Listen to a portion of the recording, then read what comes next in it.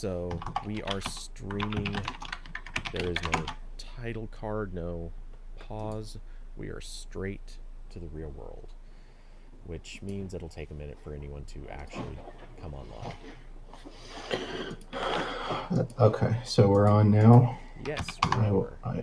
I will do a tweet. Good call. Okay, and I am posting to the Discord.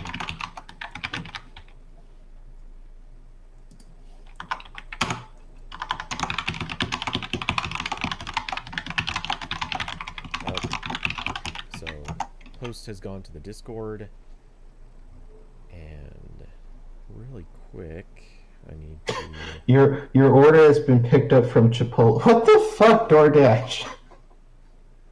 I set it to be like 6:40. I don't think it's 6:40. I think it's 6:08.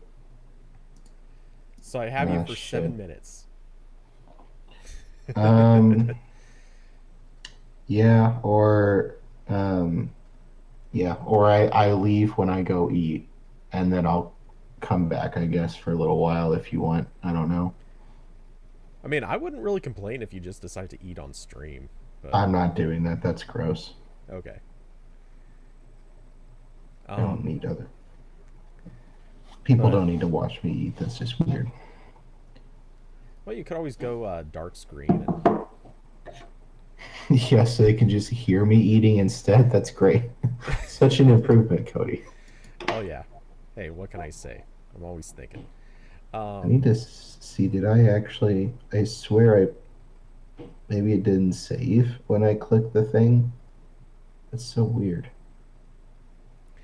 it's just one of those days. I think every single thing is going to go wrong somehow today. But Yeah, hey, Diablo, good to have you on. I will. I'll open the chat so I can read. Uh, yeah. So just the quick explainer for Diablo and anyone else who decides to watch back. Um, yeah, I have Cody no idea. forgot how to use computer. Yeah, exactly. I have no idea what the hell happened, but all of my, well, not all, a very key part of my audio configuration for streaming just got erased. I didn't do anything. I haven't made any changes since the last stream. It all just, well, all being two specific little configuration things that I put in, they just Mhm. erased themselves. I have no idea why. Oh, I guess I can lower this. So yeah, I'm gonna have to go through and actually like proper fix it later. That by the way is also why there's no music right now, because I did fix it, but then it just stopped working again like a minute later. So I don't know what's up. I'm gonna have to go through and like legitimately fix this, but yeah, that's for Mhm. after stream. Anyway, we are here. We're live. Yes, I will say we have some breaking news we can talk about. Ooh, do Um, tell. because I mentioned to Cody that if someone brought this up, because it's been rumored for a while, that I couldn't talk about it because I saw embargoed information. But that embargo is lifted in the time it took for Cody to get everything functional. So that's not an issue for me anymore. Oh, but go So on. I'll put two links in Cody's Discord. So Qualcomm's having their summit thing right now. They already announced the next Snapdragon chip for all of next year's flagship Android phone. It's another Snapdragon chip. There's not much going on there. However, they did just announce two slightly more interesting things. They revealed a new laptop chip. The Snap. This name, the Snapdragon 8 CX Gen 3. That's the name. I don't know why they didn't. So this is an upgrade from the Snapdragon 8 CX, which was their last main laptop chip. I don't know why they didn't simplify the branding here like they're doing for the phone chips, but whatever. We won't go there.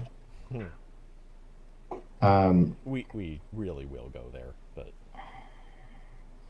yeah, so Qualcomm's claiming up to 85% faster performance with this chip compared to their last laptop chip, which was not good. Um, they had, there's not a lot of Windows on ARM laptops right now because the existing chip it wasn't that great, and also there still isn't a lot of Windows software on ARM at the moment. So low power chip, at least compared to what Apple's putting in MacBooks right now, paired with basically everything is still running in emulation. That's not a good combination. no, it's not.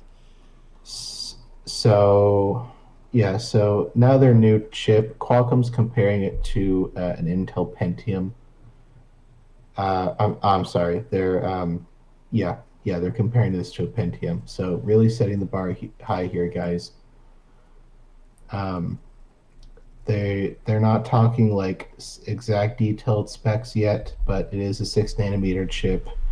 It has 60% faster CPU performance and 70% faster GPU performance, allegedly. Again, no, we again, everything any chip maker says you have to take with the largest grain of salt possible until someone outside the company does a benchmark. So, but it's an improvement, supposedly. And it's also optimized for more AI workloads and all that stuff. Um, so yeah, that's that's a thing, and like even so this isn't competing with anything Apple's making yet. Maybe next year they'll get there, but by that point, Apple's going to be even farther, probably. Um, like the original M1 already blew Qualcomm's first round of Windows chipsets out of the water, and now we have the M1 Pro and M1 Max, which which delivered way more of a performance boost than I think anyone was expecting. like Well, I, yes and no. I mean, to be fair, yeah. it definitely it gave big performance boosts in some places, and other places I think people were expecting honestly more than what they gave. But yeah, it was a bit of a targeted mixed bag.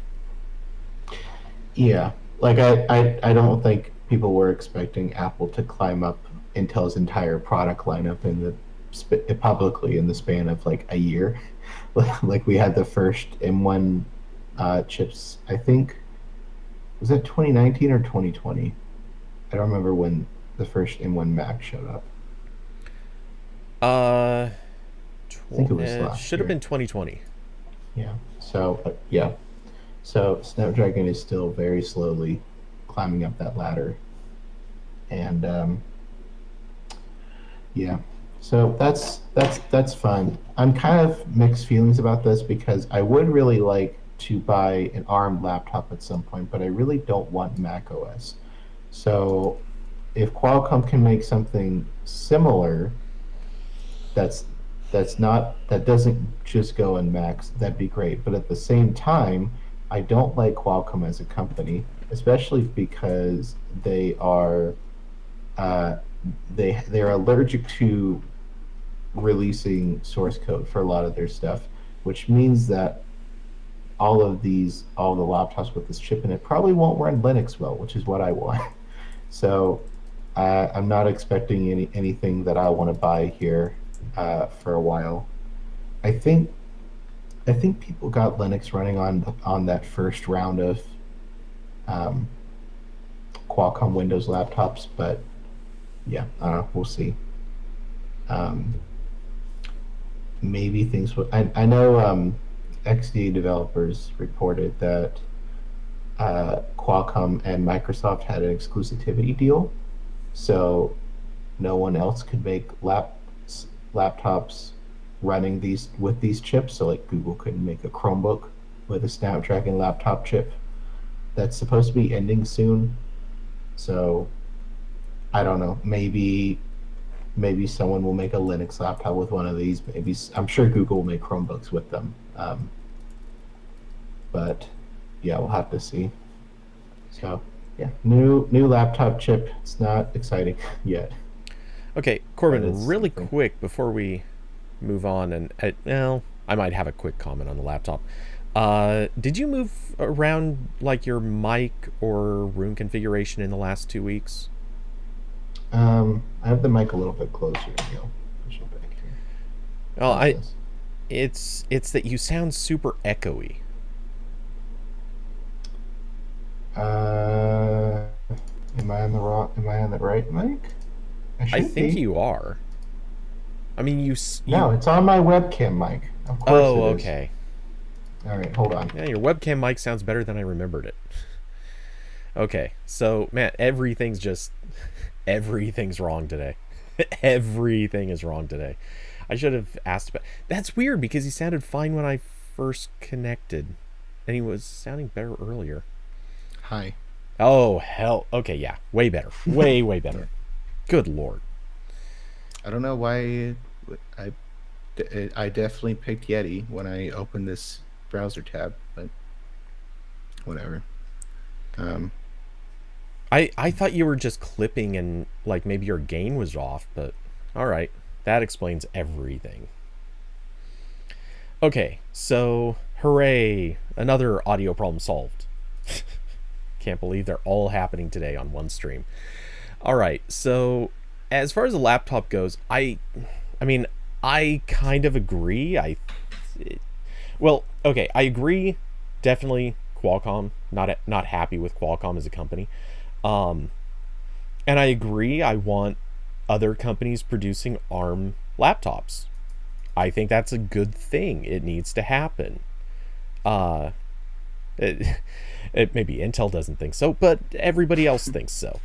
yeah. Well, maybe not AMD. I'm not sure they're sold on this idea either.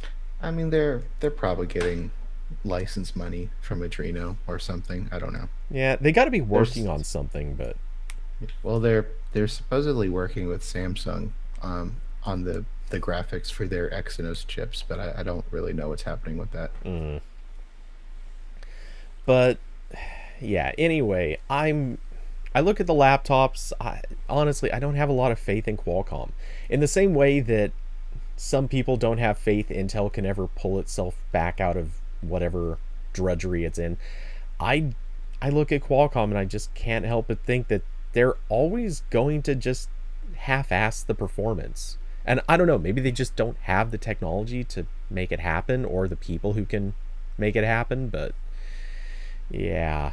Um, Yeah, it's I imagine it's probably talent. I think it's also just that I don't know. Qualcomm's one of those companies where I want to like what they're doing, but they just always seem to focus on stuff that I don't care about instead of the stuff I do care about. Like yeah. the entirety of 2019, 2020, I think 2018 maybe, their entire corporate messaging was 5G. Oh, I yes. really, I like, okay, guys, that's really cool, but like, I can already load YouTube videos very fast on on normal 4G, not even LT. I'm not, I understand there's uses for this, but but there was definitely a factor of they're blowing it out of proportion to its usefulness so that smartphone makers can do the same thing, so they sell phones, and so carriers can do the same thing, so they sell 5G plans. Yeah. So there's like this avalanche of like, sure, that's cool, but then like your entire existence as a company relies on pumping this one thing I don't care about, um, Yeah. or just Exactly. not that I don't care about, but like it Well, it's not the top priority. right. Like Like I like would, cheers. yeah, I 100% please make cellular technology better. 1000%. I am all on board for making cellular technology better. yes. Just don't let it. Eh, Just don't give more resources to it than its usefulness, yeah. which it seems like what they do as a company.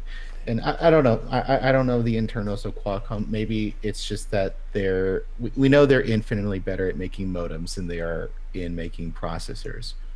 So Yup. I'm sure a part of that was just they're playing to their strength to the greatest degree possible. But it's still frustrating because what I would like is a laptop without a fan that does all the things my current laptop does, and but better. But Qualcomm is like, okay, we can give you like a third of that performance, but you'll get internet everywhere as long as you pay Verizon like $30 a month more. No, that's not what I asked. That's not. So I would take it a step further. I'll be back. Okay, I'll listen to you then. gotcha. I would take it a slight step further and say I think I think Qualcomm is not just playing to its strength, but it's actually quite literally playing to the fact that this is where its biggest profit potential remains: modems. This is a company that started making modems years ago. I don't know if that was actually literally the first thing that they did, but that's been their big business, is communications.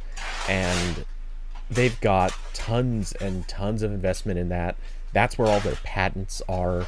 I'm sure they now have tons of patents everywhere else too, but their main future is going to hinge on owning patents for LTE and various forms of 5G, et cetera, et cetera. Like, this is where Qualcomm's guaranteed future is. I don't think they have any guaranteed future when it comes to their processor technologies. So, you invest in the thing that you know is going to keep your company around. Unfortunately, it's also the thing that's basically telling every other company, here, you can win in all these other places. We don't care, or we don't care enough. And it's funny because now here's Qualcomm jumping up and saying, oh, hey, we have big performance this year. No, you don't. Yeah. Sorry. Like, It's just, right. It's the same thing as like we've been putting it with Intel, where Intel can't get more than 3% speed boost every year, or 3 to 5%, yeah. and the TDP goes up every year, and then Intel's like, okay, but that's it. Yeah. Like, It's so frustrating. And also with Qualcomm is that so I'll slightly asterisk, they never publicly confirmed that exclusivity deal with Windows was real, but I have reason to believe the reporting on that wasn't false. What a terrible move yeah. to lock yourself to Windows instead. Like, I know Windows is the PC operating system. I'm not saying that if Qualcomm was pushing Linux laptops that it would solve their woes, but Chromebooks, Qualcomm Chromebooks. You know what Yeah. doesn't need to emulate half the software? Chromebooks. Well, Chrome has worked on ARM for a decade. All the Android apps work on ARM. Most of the Linux apps work on ARM. I really don't get why they did that, unless Microsoft just gave them a shitload of money. that's what I was going to say. I mean, we don't know. We're probably never going to know unless there's a really neat lawsuit. Yeah, yeah. I want this epic Apple lawsuit to keep going forever. It's Yeah. it's great. But We've gotten so many little bits and pieces of information from that lawsuit that have nothing to do with Apple or Epic Games. It's like it's like for the past 6 months to a year, about, I don't know when a lot of the documents from the lawsuit started coming out, but it's like suddenly the tech industry has a TMZ equivalent, and we're just getting mountains of industry gossip thrown at us, and it's fantastic. and the beautiful thing, there are going to be so many people writing books based just on those papers. All I the can't- stuff that's come out in evidence is just going to become book after book after book. It's the history of Silicon Valley just Yeah. blown up. It's so much more far-reaching than that Microsoft antitrust lawsuit, and that was huge. Yeah, but that was so long ago.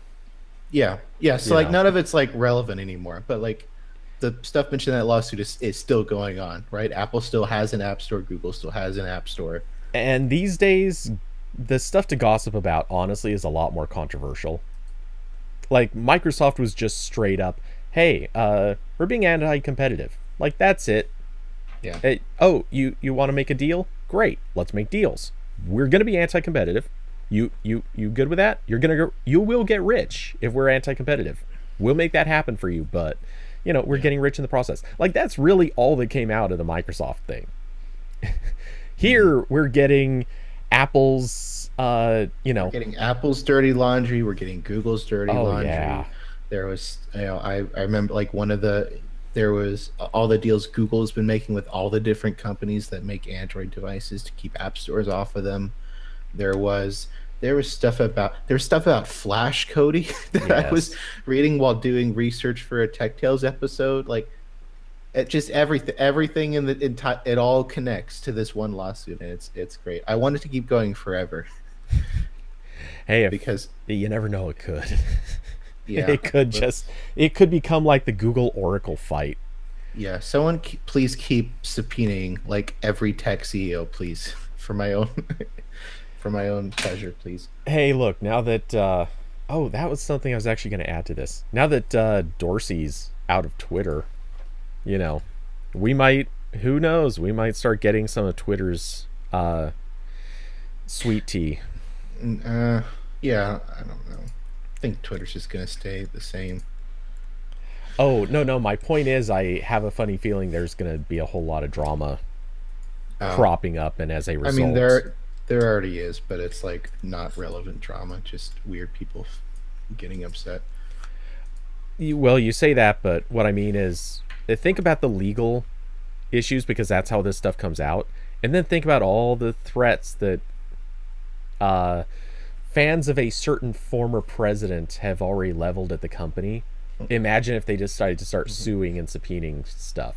Like, we could get all kinds of this stuff about Twitter soon. Yeah. And Facebook, though Facebook's already had everything leaked, so who knows. I'm good. I'm good with all that. Yeah. I've got nothing to lose by Twitter going down in flames, except maybe my mental health would be a little bit better. I'm not sure. Oh, that's a lost cause. So, yeah. Anyway. Wow. Okay. So besides the mediocre processor, Qualcomm also announced a reference platform for Android handheld consoles, which was rumored a lot, but now it's actually official. That's the second link I dumped in there, and basically this is a reference platform. So I don't think Qualcomm itself is going to sell. I think that was rumored for a while that Qualcomm itself was going to try selling these. I don't think they're doing that. Yeah, that was one of the original rumors. Yeah, which is probably a smart move because no one knows what Qualcomm is.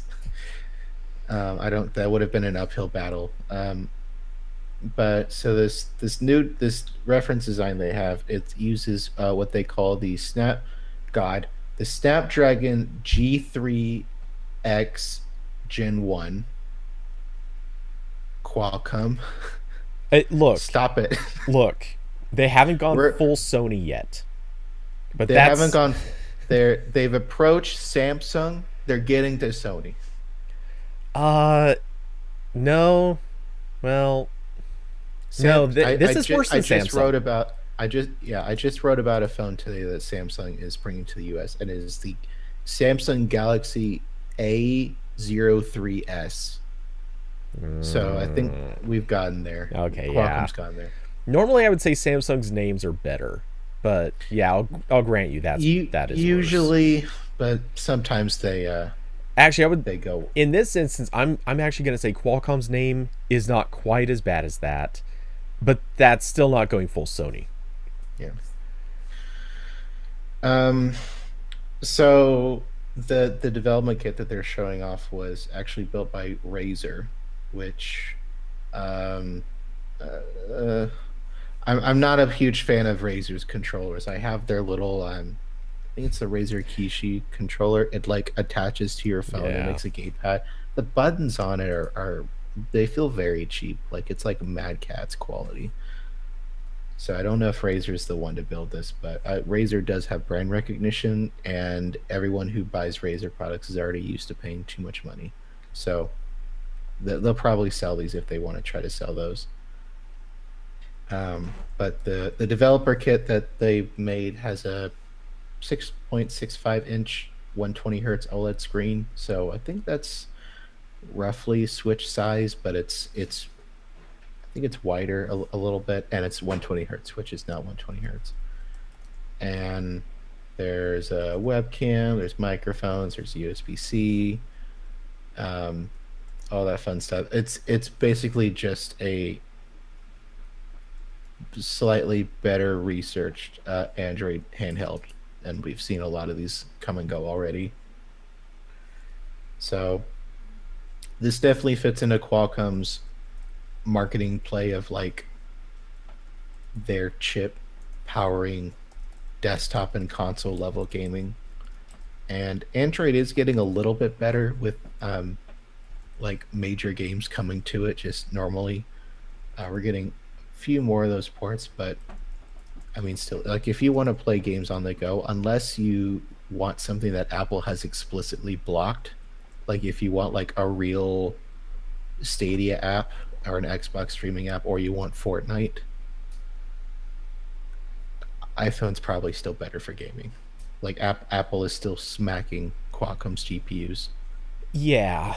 That but that's not well, I don't want to say that's not saying much. That's predictable. Yeah. I mean, the company has had, like Apple has had, such a long history now of building very well optimized chipsets that are great for gaming. So, to that extent, like it's not a surprise. That being said, yeah, this isn't gonna compete. However, I saw somebody say that this was better than the Switch, like graphically. That I would be very shocked if it wasn't.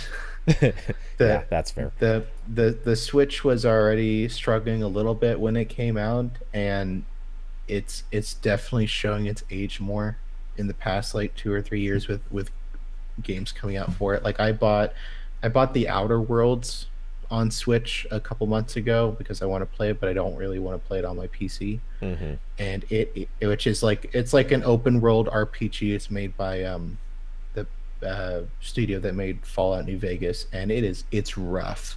It looks like it looks like a PS1 game at times. It's really rough. Especially in handheld mode. And when it's docked, I think they just overclock the CPU as much as they can and hope for the best. But it's it's rough. So I would hope this runs better. But I think this will probably have to go after a different market because Android does not, well, it doesn't have Nintendo's games, and it also still doesn't have. They're different games. Like we still don't get a whole lot of console PC type games on Android, but there's different games that are just as popular, if not more popular, depending on the region on Mm-hmm. mobile. So there's definitely people who want this. It I don't know if you can cross shop this with the Switch. As much as the form factor is the same, it's just the kinds of games you get. There's not a lot of overlap there. Um, but like I will say like if this if I didn't care about Nintendo games and I was deciding whether to buy a Switch or this, I'd probably go for this just because I know what I'm getting with Android versus a Nintendo console. Because with this you get all the games you've already bought through Google Play, you get cloud gaming stuff, you get a full web browser. Switch doesn't even have a web browser, you know. So Yeah, I get that that is the if games weren't the factor argument, but oh my god, the games are such a big Yeah, like games like then control that entire discussion. yeah, Also, to give it a little bit of credit ish, the Switch does have the Joy-Cons that are removable and a dock and all that stuff where yeah, this like the currently does not have that kind of thing, not to say it couldn't. yeah. Maybe someone will make something based on this that has that form factor, but um, yeah, I mean, like the Switch definitely still hold like the design of the Switch holds up. It just really needs a oh, it just needs a CPU boost. And oh, something went down the wrong pipe. All right. Well, really quick, just for anyone who may or may not have read about this, the hands-on with this development kit that Razer built, the comments that I've seen are basically it is quite literally just a phone that they stuck inside of a plastic case, and the thing feels hollow. It is basically just like it's kind of just a facade that they put on a phone and they attach Yeah, some physical buttons, which hey, there's nothing really wrong with that. Like this isn't meant to be a final product or anything. It's just meant to yeah, show off. it's But it's showing off Qualcomm's specific processor SKU for this, which they haven't really said like what's totally different about it compared to the smartphone chip they just announced, but whatever. And it's also showing off their software. So they've built like a launcher thing, and they've built like a game overlay for recording and stuff. So mhm. that's mainly what we'll probably see if anyone tries to make a device, because that's what Qualcomm does, right? They make the chips and they make the software stack, and then other companies go from there. So yeah, So I mean, like I hope they release this, if nothing else, than to give Nintendo a little bit more of a kick in the pants. Because as much as I don't think too many people will cross shop these two things, I bet still a lot of people will. what I And see when I look at this is basically new a new battle for mobile devices that frankly I kind of thought we were never actually going to see. Because obviously you look in the past and it used to be Nintendo Game Boys versus uh, whichever company was fighting the mobile fight at the time. Sega had one, though I'm totally blanking on the name of it. Um, Sony obviously has done a few with the PSP, the Vita. I was there another? I can't remember, but yeah, I mean, we've seen these fights happen, and Nintendo always kind of wins. But you know, I don't know. Maybe Qualcomm has enough juice to make it happen. Honestly, I don't have a lot of faith because Qualcomm's also sort of notoriously terrible at working with developers. So, and that's going to be a big part of this. They're going to have to work with developers, game studios, to actually get them to support this. And I, yeah, well, I'm this not is optimistic. yeah, this is the same battle that Valve is now fighting with the Steam Deck, where the Steam Deck, like, just by virtue of being a Linux PC with Steam installed, already runs a lot of games. But they Mm-hmm. want more games, and they want them to work well. And that's probably going to require a little bit of fine tuning. Definitely in Valve's case, because a lot of games don't really want to support Linux at all. Yeah. But at least here they've got Android, and they've got Play services, so it's really just hardware tuning from that point, Mm-hmm. and maybe making sure that none of the interface elements in the game messes with whatever overlays they've done. But yeah, I mean, uh, maybe I'll get one of these to review or something. That'd be cool. I'm not gonna buy one of these, but I'll take one if it's if it's free. Yeah. Truthfully, I wouldn't. I don't think I'm interested enough in this particular thing until I see. Yeah, The thing is, I the already didn't buy a Switch. If I didn't buy a Switch, I don't see myself buying this. yeah. I will say, Assuming it like, gets a better form factor in the first place. yeah, I will say with this, I would probably use it for mostly emulators, and then maybe like Minecraft Yeah. and Yeah, I'm maybe some Civ. I don't know. I don't really play a lot. I don't play phone games that much because partially because I have the Switch. So yeah, Did they reveal anything about pricing? I doubt it, no, but no, yeah, okay. I didn't think they would. When you're just featuring a development kit, you're not gonna yeah, say, "Oh yeah, by the way, there will be something coming out soon, and it's gonna be in this certain ballpark." I yeah. will say, if they can put this out and somehow price it at, let's say, 150, maybe 200, That's not gonna happen, Cody. I know, but I'm just Yeah, saying, like, if they could do that, and the odds of that are just so incredibly low, but if they could do that, I could see maybe this would actually be able to steal some market share.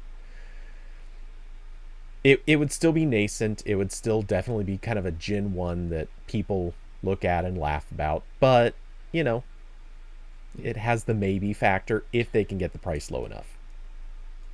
David Lama said, "Oh God, emulation would be perfect for this." Corbin sold me.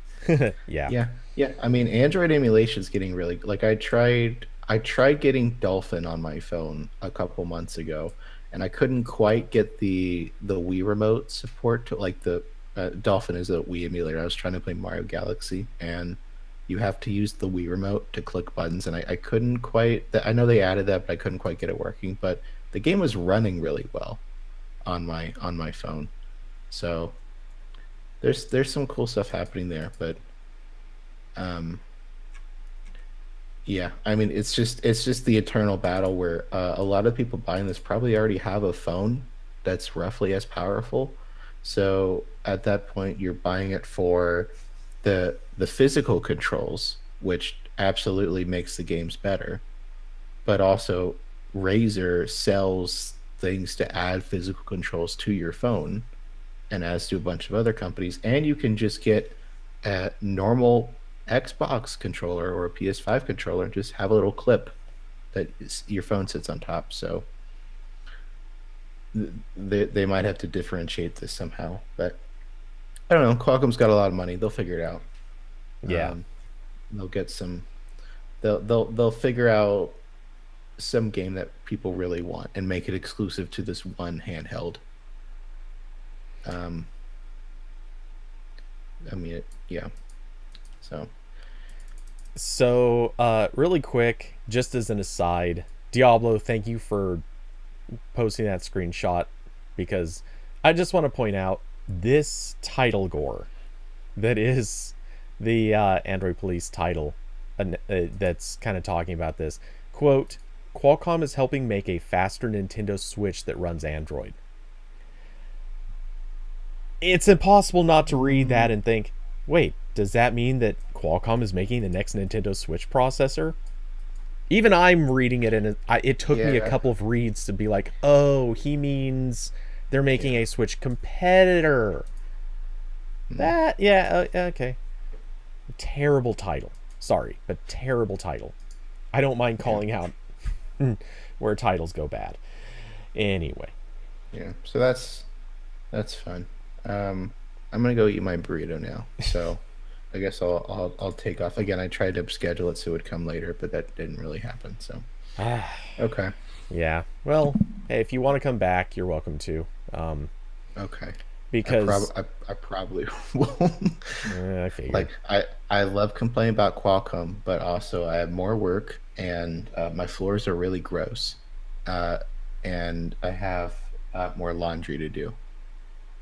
Yeah, I don't give me that. I didn't like do anything to them. They're just like really dusty to the point where like I have. They're just gross, Cody. Okay. I didn't do anything. Look, you can look at the floors. They're fine. Fine. See, I didn't do anything to them. That we can see. Really Okay. gross kind of implies to me like some There's a there's yeah stickiness or smell, there's a or lot of blood just out of frame from the dead body, but yeah. with the shows that I'm watching right now, that actually fits. That's kind of on theme. Hmm. I'm watching the show You, and I'm gonna rewatch Dexter as soon as I'm done with You. So, Hmm. yeah. Have you real quick? Have you watched Hannibal? I think that was Uh, like 2013. yeah, Yeah. I tr- I'm almost done with it. I fucking hate that show. Okay, whoa. Uh, oh, man, so much I would want to say about this. In fact, we might have to have a talk about this later.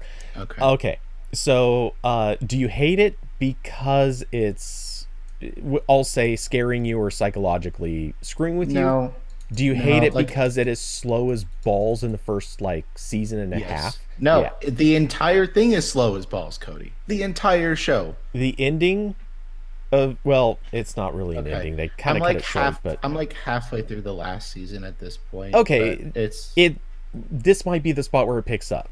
I okay. It's hard to remember because it's been like I 3 or 4 years since I watched it. I've already suffered through this far, so I'm gonna finish it, but I'm not happy about it. But it's just it's so slow.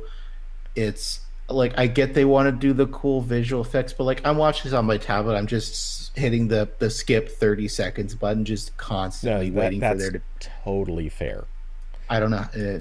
That's It totally fair, but I have good news. It honestly does speed way the fuck up. Like okay. probably right now, like you might be an episode or two away. I don't know exactly where, but Okay. somewhere in the very last half season of season 3, it speeds way up. They actually get into the events of some of the movie stuff. Yeah, it gets so much Okay. better instantly. I it's just It's it's not worth the watch for the payoff. I admit that, but yeah. I already like the storyline. I like the premise. I Yeah, love Mads I Mikkelsen. yeah, The other people are fine too, but yeah, he's great. Mads is awesome. I saw it in Hulu and I was like, oh yeah, this is that show that I remember literally everyone talking about like 8 years ago. So I was like, okay, and I know my mom saw it at one point. I was like, oh, I can s- talk with my mom about it. That's fun. I watch it. It's so boring. Hey, And it's like you're gonna tell me that you have 3 seasons of this, and this guy you couldn't nail Hannibal on literally anything. He had 3 seasons of killing. Not yeah. realistic at all. Okay, I'm gonna Um go eat my burrito now. You made me upset now, Cody. well, fine. You go, but just bear in mind, I will actually save for a while. I will save the Nokia 9 Pure View conversation cuz I feel like there's Okay. rant territory. If you want to come All back, right. All right. I'll come back in 30 minutes, 45 minutes. I don't know. Okay. Okay. okay, Bye. I'll leave everything open Okay. Bye. later. Okay. Oh geez. It is one of those, it's so much one of those weeks. So I didn't get around to it earlier, but hello to everyone who has joined in the last what, half hour, 45 minutes, something like that. Um Really quick, I am a few comments behind. A really quick read through. Obviously, B-Side brought up the chipset name, which I clarified that was the phone name, not the chipset name. Um, let's see. A little bit of App Store conversation, which, yeah, that's messy. All right. Quick reading down. Austin said Qualcomm needs their chips to have names consumers are familiar with. Qualcomm is trying to be the designer brand because we're on the horizon of major competition for them in the US. I well, I'll agree on the designer brand. I don't know that they really need to have recognizable chip names. I mean, they have to have the Snapdragon brand. Keep Snapdragon. It is a recognizable brand. It's worth using.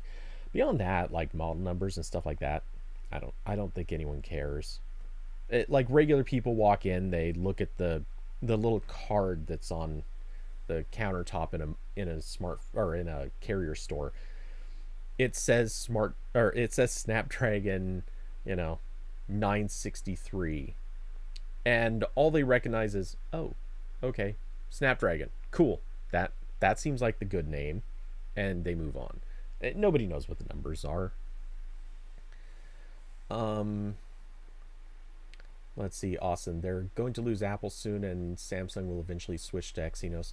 Uh, I honestly, I think Samsung's a lot closer than eventually, and they've already lost Apple. So, I think this year brings horribly foreboding news for Qualcomm. And I mean, I've written about it, I've talked about it a bunch. I truly think that by Google coming out with Tensor, this is, in my opinion, the start of a sea change. I think Google is going to start marketing its own chips to other Android OEMs. Now, whether or not that's a great move, I don't know, but I think ultimately that's going to prove to be very profitable for Google. Obviously, people could stick with Qualcomm through all this. There's no reason they can't. Sorry, I say people, but I mean OEMs. But truthfully, I don't see that happening. I think Qualcomm is going to start losing out to Google, because ultimately, if you are a Google partner, Google has you installing a ton of software. They have you installing Assistant. They have you installing all this other stuff. If at the end of the day, Google is saying, "Hey, partners, you can go with the Snapdragon chipset. We're not going to stop you. We're not going to say that's a problem. And you'll continue to get all of our software. Or you can go with a Tensor chip, and all of our software will now run better. You will have additional features enabled. You don't pay for any of this stuff. You buy the chip from us, like you basically already paid for it. And we're going to cost about the same amount as Qualcomm. That's it. Like, simple as it is. You will get more features out of being a Google partner if you are also buying a chip from Google. Honestly, that's what I see happening.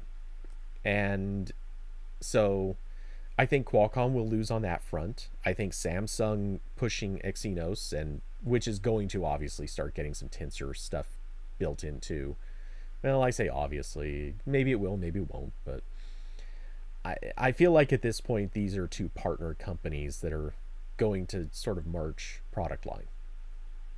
So when all is said and done, I just realize how incredibly... Yeah, I'm not going to be able to get good light on that side. I really need... I'm like... I've got mood lighting going. Maybe if I just move the camera and get like this. Anyway. No, so I think what we're going to end up seeing is Qualcomm taking massive losses, in the sense that they're losing to Apple in terms of performance and reputation. That's been going on for years. They're losing to Samsung, who is definitely going to be switching to Exynos. I mean, they now have 5G modem. Samsung will license what they need to, and ultimately, this is going to be, I think, Samsung's move forward. And honestly, I'm surprised it didn't happen sooner. But I assume they were probably trying to work out the modem details and make sure that they had the momentum to make it work. And then again with Google, it's just one more nail in the coffin. I say coffin, I shouldn't. Qualcomm's going to be fine. They're going to be around for years, but I think they're going to have a lot of losses coming in the next few years. Let's see. Austin, you missed Tegra.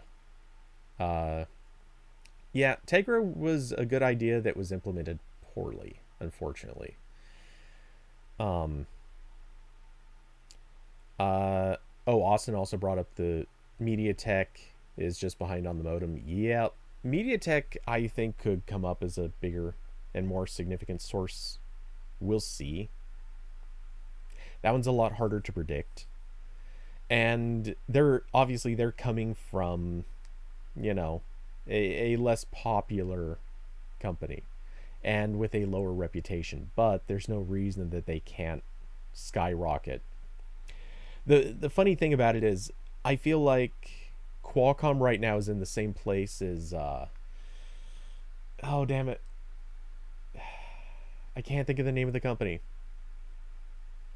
Oh, that's gonna bug me. There was some company that was significant a number of years ago.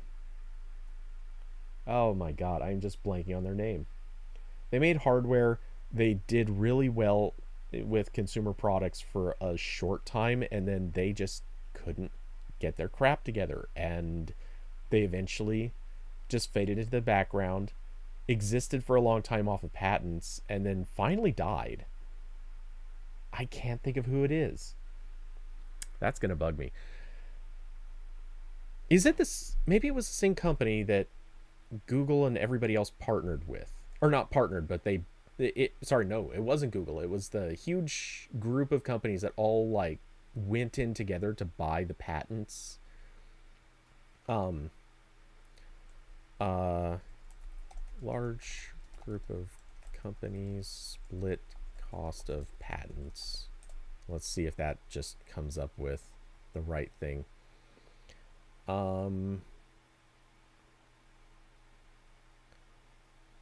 Yeah, I'm not seeing it. I don't want to spend too much time looking for it, but yeah, I could see Qualcomm going down that road.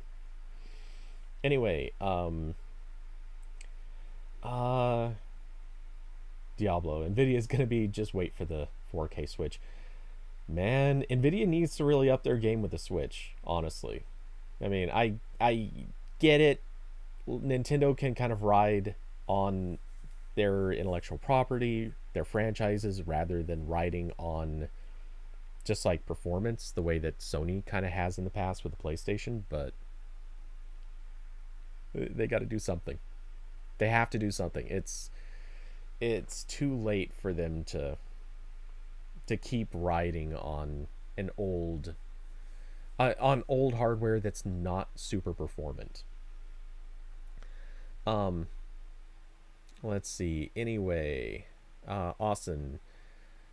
Corbin is slowly murdering the crypto, NFT, and Web3 stance to save the world. Okay, you guys obviously have seen it. Anyone watching the news has noticed this. That's one of the things Qualcomm was hyping, was how great these things are going to be for NFTs. Please stop, Qualcomm. Don't push NFTs. Not like this. It's so unnecessary. It's so painful. It's cringy. Nobody needs to be doing this. No one needs to be minting NFTs from their phone. Don't be silly.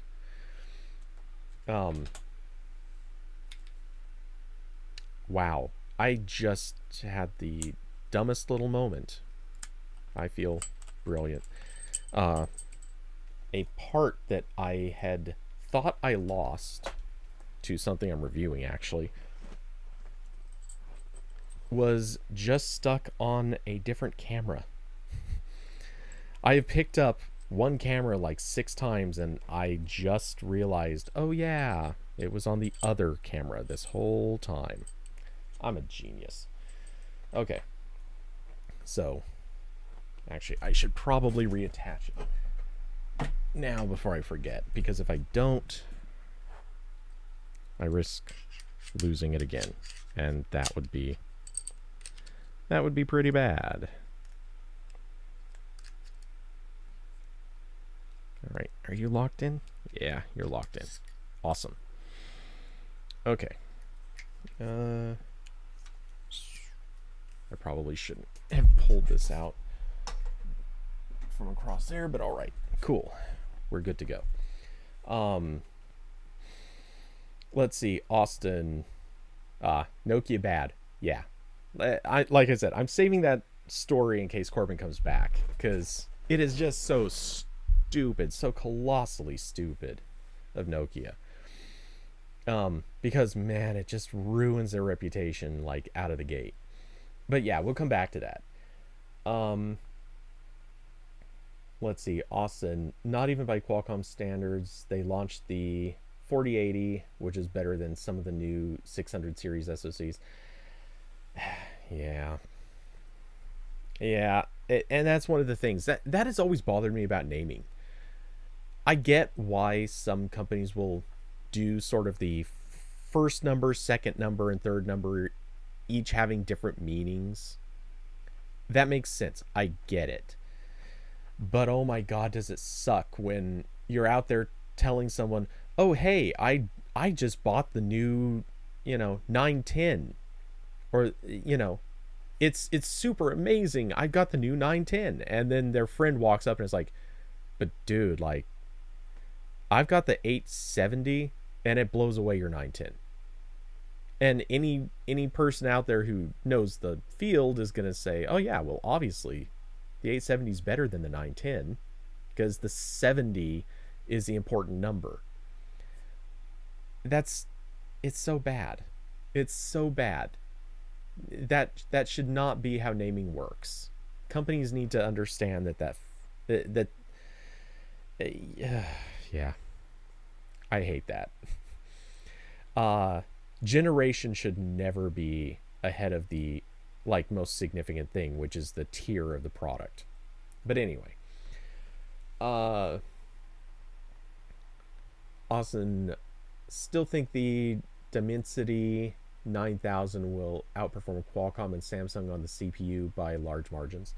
I don't know enough about it, so I'm not gonna really comment, but very possibly. I mean, this is one of those things where, in my mind, I think we're just about to get into the same arms race that we saw between Intel and AMD years ago. I think that same type of arms race is about to happen with ARM mobile processors. Qualcomm is going to try to they're just going to try to, I don't know what they're going to try to do actually. It seems like Qualcomm actually does try to do things by architecture. They're just not very good at it. Samsung seems to be better at architecture, but a little bit less stable with their designs. That's what I'm hearing. Dimensity seems like from what I think I read, and correct me if I'm wrong, aren't they just basically throwing hardware at the problem? Like literally just building more expensive chips that are more fully loaded?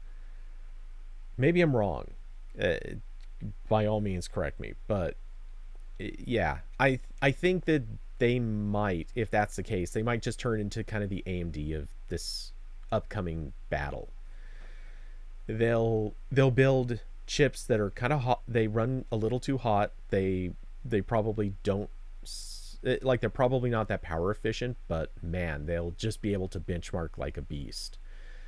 And if that's the case, Qualcomm's going to look bad in this scenario. Samsung is going to look better because Samsung is pretty much on the verge of nailing the stability, the architecture, and the power consumption.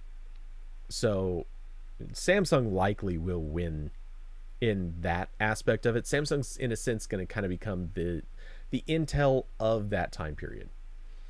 Hopefully they don't become the Intel, like current Intel in the future. But hey, we'll see. I feel like Qualcomm is headed to becoming the current Intel.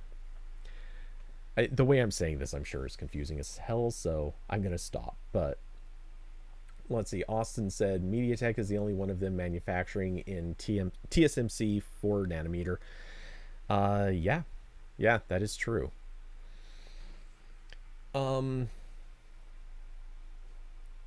Austin, you feel like the Nvidia ARM deal is dead at this point? Yep, same here. I I I'm still skeptical on whether or not Nvidia was the right company to go for ARM, but I gotta admit, I still think I like them doing it more than half the other companies that want to. Almost everybody else that wants to get their hands on ARM, they give me cringe factor. So yeah, I'm fully on board with the idea that Nvidia is the most qualified and probably the least evil, or would do the least evil if they got it. Let's see. Austin, all three are using the exact same CPU cores, frequency, and configuration. They're not the same cores, like not manufactured the same. Um, Correct? I mean, they can't be the same core. They're the same reference, but they're not the same. Uh, Sorry, what am I trying to say here?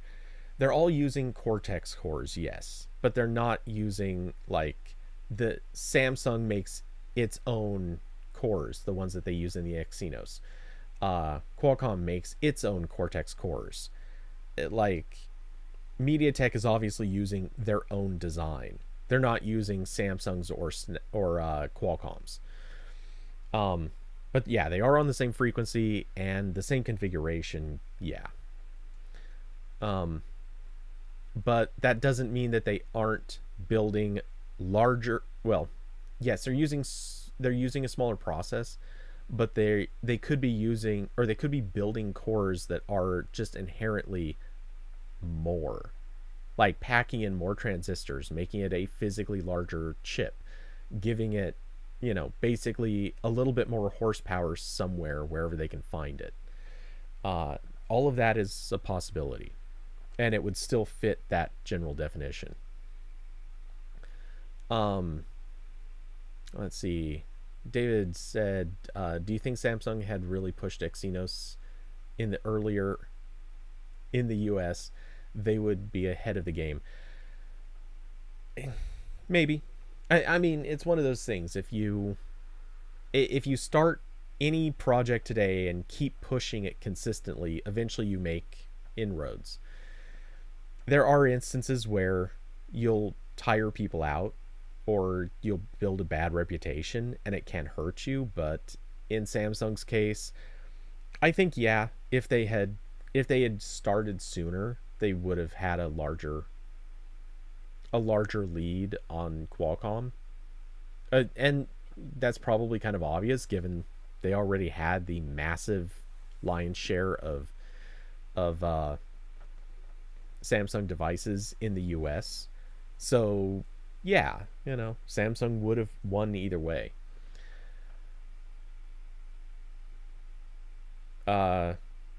Austin, tell Google what? I'm not sure what part you're referring to. Oh, wait. The bit about if you start anything and keep at it, you'll make inroads.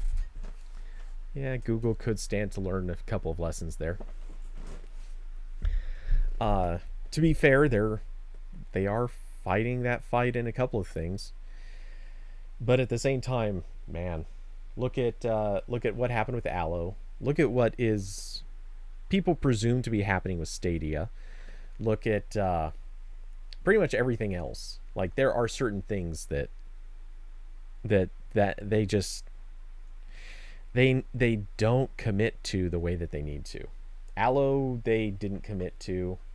To be fair, it was a crap product, so there's that. But Stadia, they haven't committed to, not really. They just they put the things out there, they stick with them longer than they need to, only because they're not putting money into them and investing in the future. Besides, they couldn't. The reason they went with Qualcomm in the US is CDMA.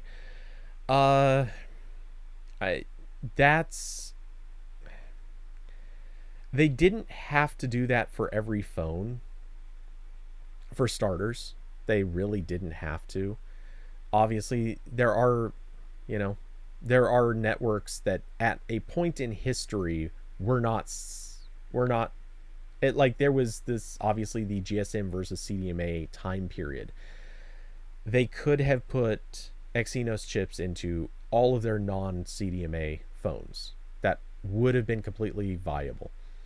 There are issues with cost and manufacturing and scalability by doing that, but so it goes. Yeah, outside of that, I mean, I think they could have still made inroads. It was Samsung's choice to not play super hard. And part of that was also, on a different level, it was a cost-benefit scenario.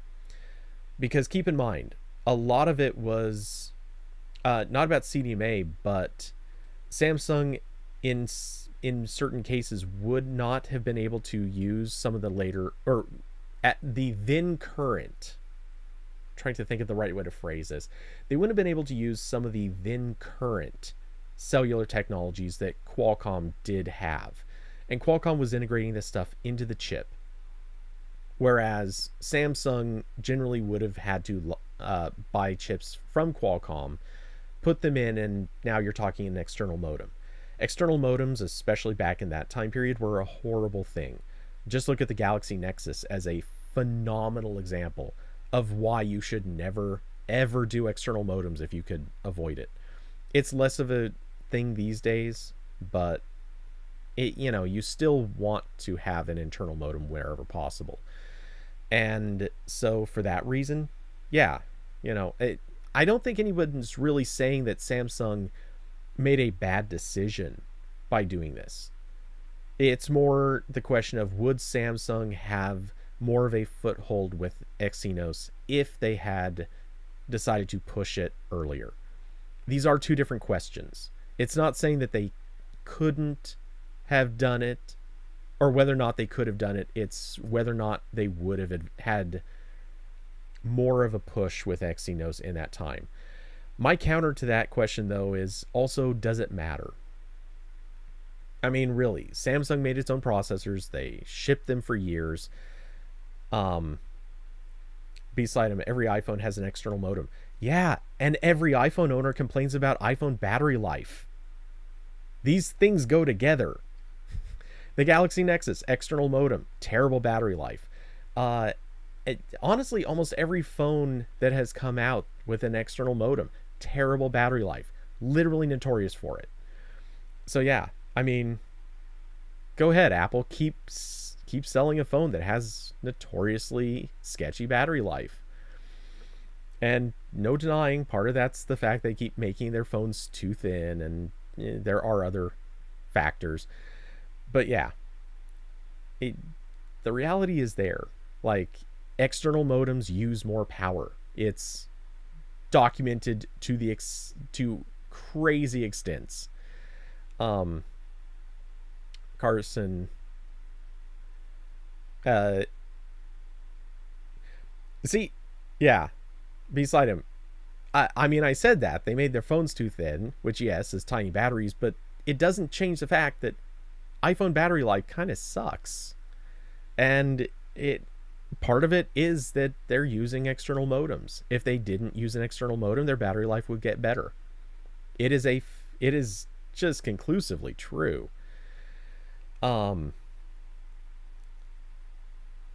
Let's see, Diablo, the good thing about iPhones is standby time. Yeah, they do have better standby time.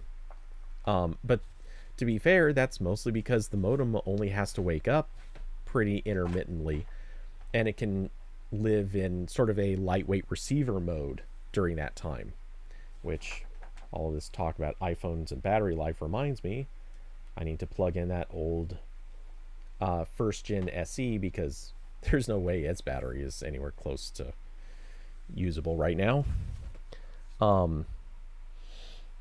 Anyway,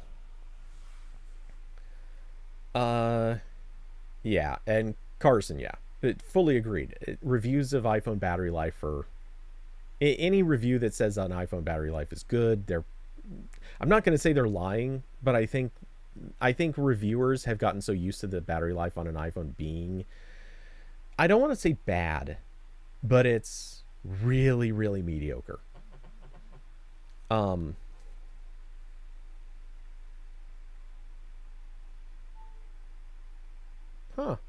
Hey, actually this iPhone SE, the battery isn't as low as I thought it would be. It's still not great, but it's not as low as I thought it would be.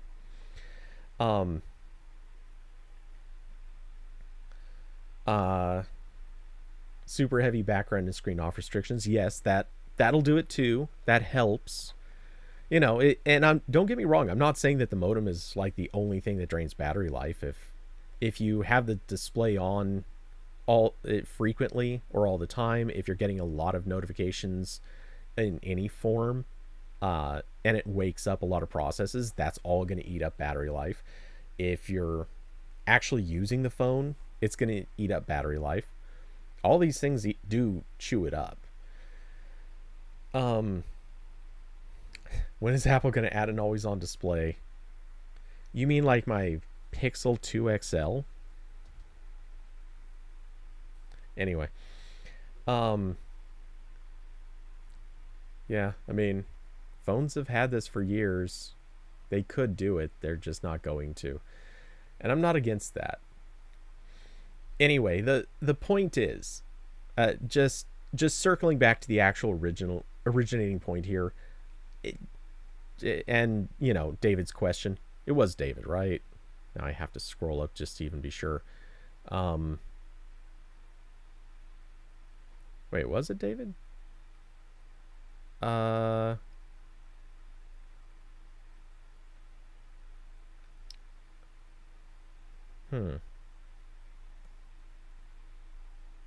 Okay, yeah, it was.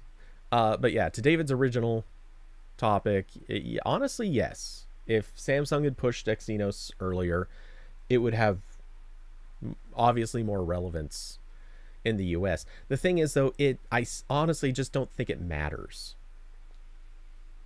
Most people, 99% of people, do not buy a phone based on what processor's in it. We may have just had 1% of people. Well, no, not even 1%. We had a small sliver of the market just bought Pixel 6s because of Tensor. Nowhere near 1%. But some very, very tiny fraction of the market bought the Pixel 6 because of Tensor. Outside of that, nobody is buying a phone because of what processor is in it. They might avoid a phone because of a processor. They're not buying a phone because of a processor. So the thing is, Samsung could have been using an Exynos processor 5 years ago, let's say. Just, I'm pulling a number out. It doesn't matter if it's accurate or not. They could have been doing this 5 years ago. They could have been putting Exynos chips into every US phone that they sold, and therefore every US phone would have an Exynos chip. Not every one that's out there, but every Samsung US phone would have a Exynos chip. They could have gone with an external CDMA modem. They could have done a whole bunch to make all this stuff work. There's no reason to. And the thing is, like, what does it really do for market share if they do that?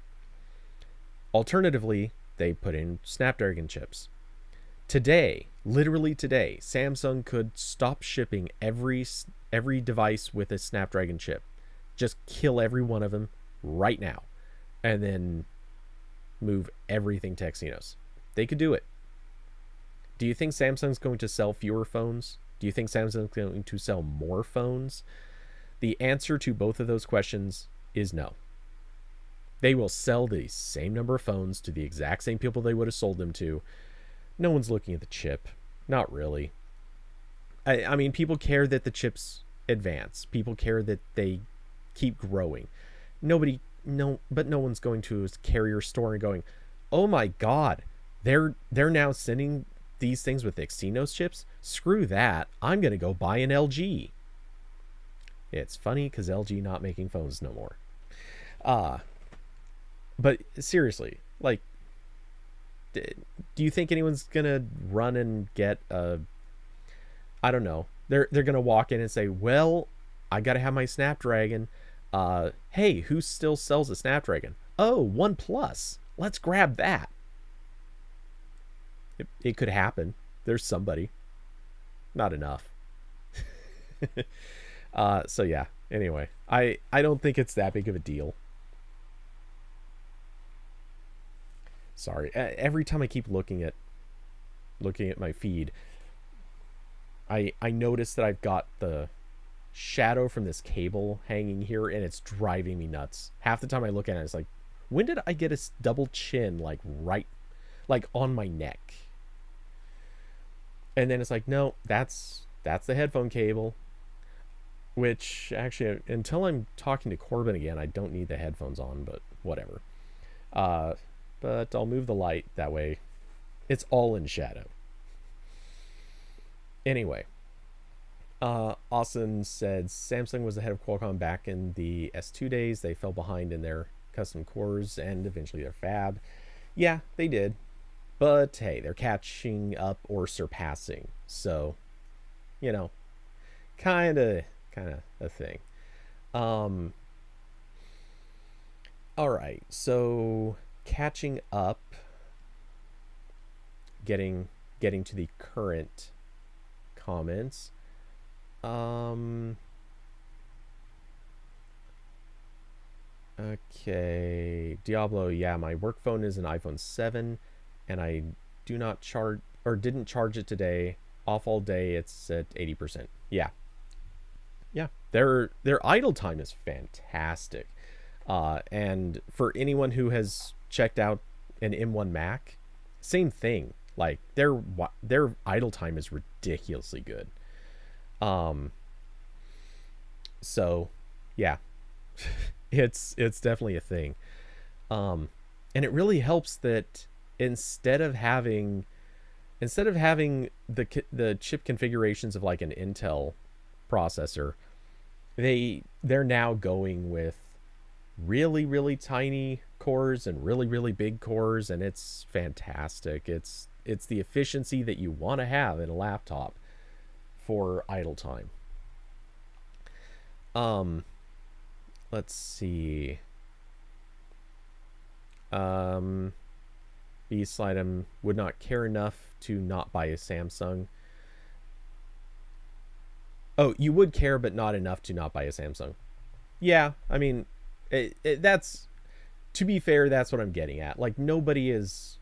There might be people who walk in and go, "Oh, hey, I would have preferred a Snapdragon, or I would have preferred an Exynos, or I would have preferred Tensor, or I would have preferred MediaTek." But at the end of the day, that makes such a small difference in the actual experience of your phone.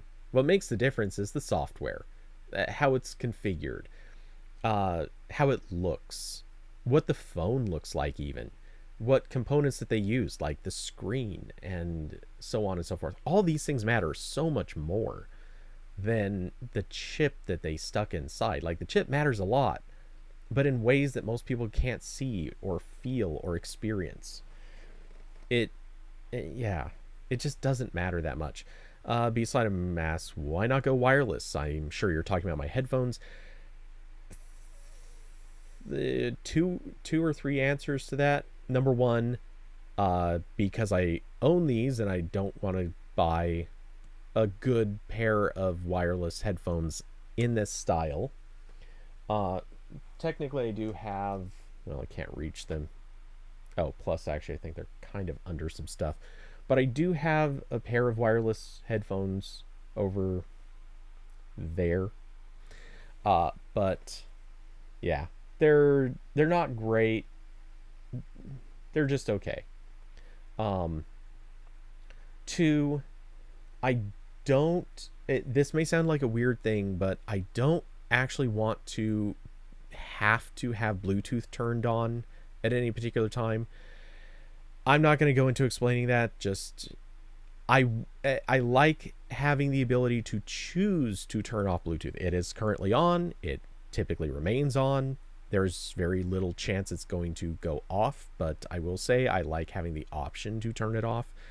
So going with a wired headphone kind of makes sense. Also, these sound great and don't need to be recharged. So yeah, and I could go with earbuds. I obviously have a few different pairs of wireless earbuds here. I'm reviewing a few of them. That being said, none of them have good enough battery life. Very notably, keep in mind these streams sometimes go for like, I mean, I have done 5-hour streams. Actually, I think I've done, wait. I know I've done 5.5-hour streams. I think I've done longer. I'm not sure, but I want to say that I've done longer than 5.5. To be fair, very few wireless earbuds can go that long. And there's there are definitely headphones, like full-size cans like these, that they can go longer than that. But I do know a fair number of them actually stop at somewhere close to that time range. So that is another factor. You know, I don't want to have to make sure they're fully charged up before I start a stream and then ride them out the entire duration of the stream. That kind of sucks. All this, to be fair, is kind of hampered by the other obvious side effect, which is, I don't know. I just like these.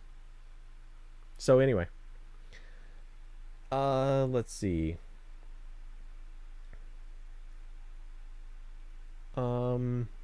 B-slide him. You need your phone to do stuff with the screen off and in the background.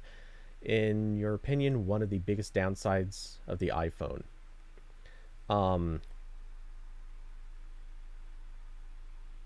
Okay. Yeah, I mean, no real comment or things to say about that. Buds Plus have 11 hours. Okay, just to be clear, we are talking without going in the case. 11 hours does not sound right. Galaxy Buds Plus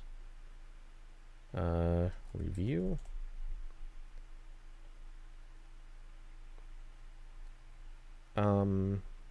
Let's see. I'm looking this up because that sounds insane. Sorry. Who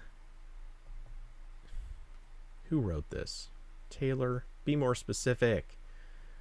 All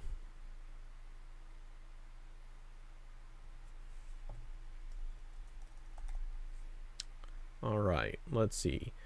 Each bud also houses an 85 milliamp hour battery, which is 48% larger than those in the previous model. The case has a battery too, but it's a smaller gain. Okay.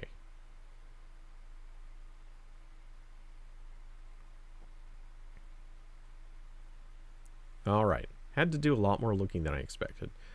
Okay. Thanks to these significantly larger cells in the pack, the earbuds can last up to 11 hours on a single charge without the charging case. Didn't have 11 hours to run them. Okay. I mean, that's cool and all, but that is exactly one product. And also, for what it's worth, and I don't know about these, but I don't really want to use earbuds. Like, if they hang in the ear, that'd be okay, but buds that go into the ear, like they wedge in there, they're uncomfortable a lot sooner, typically. Now, that's not an absolute. Obviously, there can be buds that are pretty comfortable to wear. For example, the Razer Hammerheads 2 are stupidly comfortable. I can wear those for like 4 hours, and the amount of ear fatigue that I feel is almost non-existent. The OnePlus Buds Pro, holy crap, I didn't realize how terrible those things were in my ears. They, like, I wear them for 20 minutes and they get uncomfortable. I kind of actually want to go back to my review and knock them down a point or two, because they are just so uncomfortable to wear. Anyone else that has the OnePlus Buds Pro, speak up, because I'm curious what your take is. I think I gave them too much of a pass when I did my review, because I thought they were uncomfortable, but I just figured, oh, you know, maybe this style of headphone that has become more popular, like maybe that's just a problem that it's only me having it. Nope. No, it can't be. They're just so grossly uncomfortable. Every other true wireless earbud I have, which I have 4 sets in this house total, the other 3 are all so much more comfortable.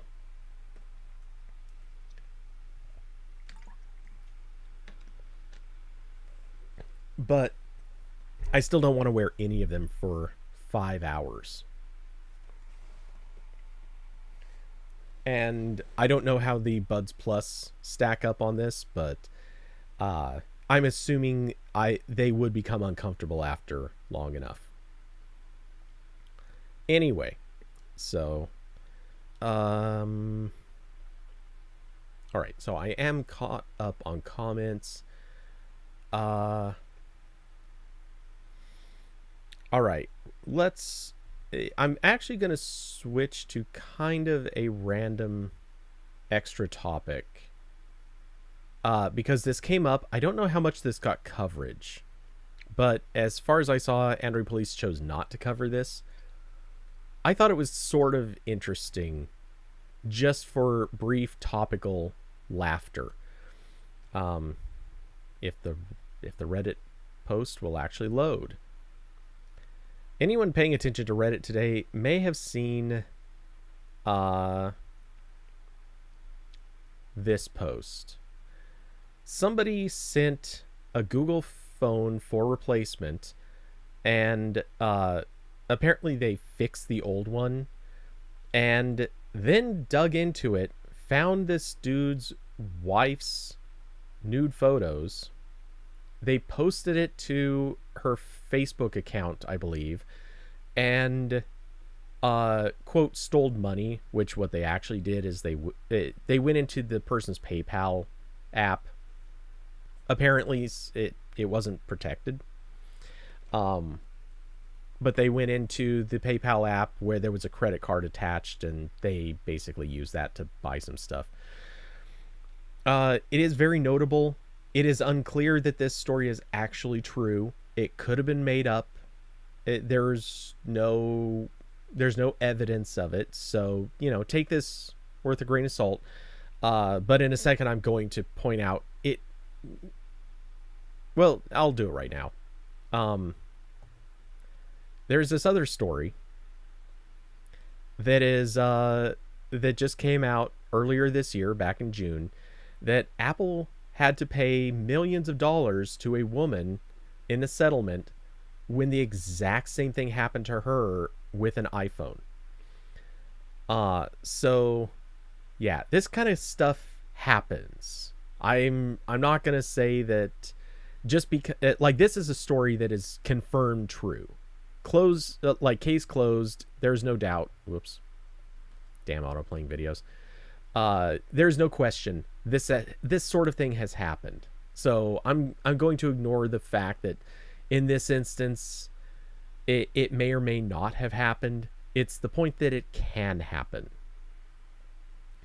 Let's see. Carson, you never got to see the original post before it was deleted. Yeah. That's yeah. I didn't either. I'm not overly worried about all the specifics, but let's see. Austin, you bring up why didn't they wipe the phone? Pretty sure that's a requirement. Austin, Google doesn't do repairs. It's presumably this is going through some sort of repair shop. I would have to go digging to find it, but I'm pretty sure it could have been sent for a replacement. Google does do that, but yeah, if it was sent for repairs, actually wait, let's see. All right, technically this title, which may be a little misleading possibly, but this person sent the phone for a replacement. Now, that means that they could have gotten a replacement, but then in a separate sentence it says they fixed the old one and used it to post nudes. So what this person could be saying, and is likely saying, is they got a replacement, but the old phone was not wiped, and they instead somebody decided to repair it, or maybe they didn't repair it. Honestly, they could have just dumped the contents of the phone and loaded it up somewhere. I mean, that is actually possible. Because it was unencrypted for whatever reason. Wait, was it? I mean, how would that have worked? There are questions in here. I am a little skeptical about this. But anyway, as far as why didn't he remote wipe, at some point in one of the threads, the original poster did actually acknowledge, yeah, I totally should have done that. I screwed up. Like, plain and simple. So yeah, I'm not gonna be overly critical on that for the very reason that legitimately right now, let me give a perfect example of how this sort of thing happens. This is a MacBook. I'm holding up a MacBook right now. Guess what's wrong with it? It has, you really can't tell unless you know what you're looking for, and I doubt this would show up on camera. But let's see if it might be visible. If I tilt it just right, honestly, you're not going to be able to see this. Maybe if I tilt it this way against my face for contrast. You can't really tell, but it is slightly bulging. In fact, I can actually see where the trackpad rises slightly. Oh my god. Something fell. I'll talk about that in a second. But the trackpad is actually slightly rising up. It's basically impossible to see it. Here's the thing. Oh, and by the way, it doesn't actually close. That much you can see. Like, it's not closing properly. So yeah, this is a laptop I'm gonna have to take in. I've already learned I cannot actually get it to power on without leaving it actively attached to power. The battery is basically toast. Yeah, so exactly, yikes. So this is a laptop that I cannot wipe before I take it back to Apple. I mean, maybe I can, I don't know, but it would be risky. It would be risking an exploding battery. I'm not going to do that. I'm not stupid. I mean, I'm a little stupid, but in this particular regard, I'd like to think I'm not stupid enough to risk an exploding laptop battery. I mean, I should have already done something about it now. That alone is already bad that I haven't. But nevertheless, no, that is. So I've had 3 MacBooks in the last few years. I had the butterfly keyboard MacBook that was a 2015 or 2016. It's a MacBook Pro. I gotta look. Well, I'm not gonna look, but I mean, I would have to look. Then I got one in is it 2018 or 2019? That's the one I'm actually streaming on right now. I looked at this just like the other day. 2019. So that's the one I'm using right now. And then off on this side of me is the brand new one, the 2021. I've spent way too much money on MacBooks over the last few years. Anyway, so the manually wipe it with the drill bit. No, I fully intend to actually get the butterfly. The one that's with a battery bulge is the butterfly keyboard from 2015 or 16, whatever it was. Pretty sure it's 2015. Anyway, it's I'm planning on. Wait, is it that? Maybe it is 2016. I don't know. I'll look at it and figure it out.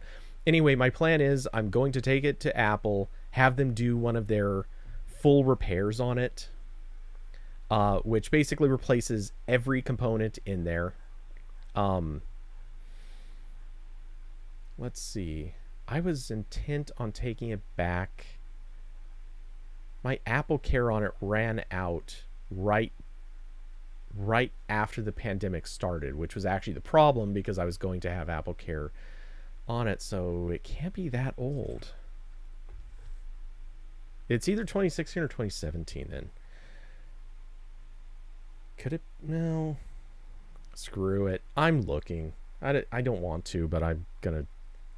It's not gonna be that hard to find. I just need to open my email and search for stuff from Apple in the receipts folder. From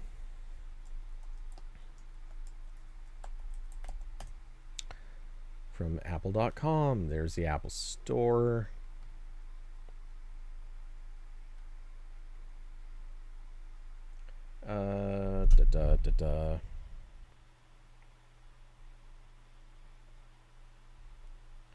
Is this the right one? It should be, and oh yeah, that's 2017. Yep, okay. That's weird. Why would it be? I thought it was earlier than that, but okay, whatever.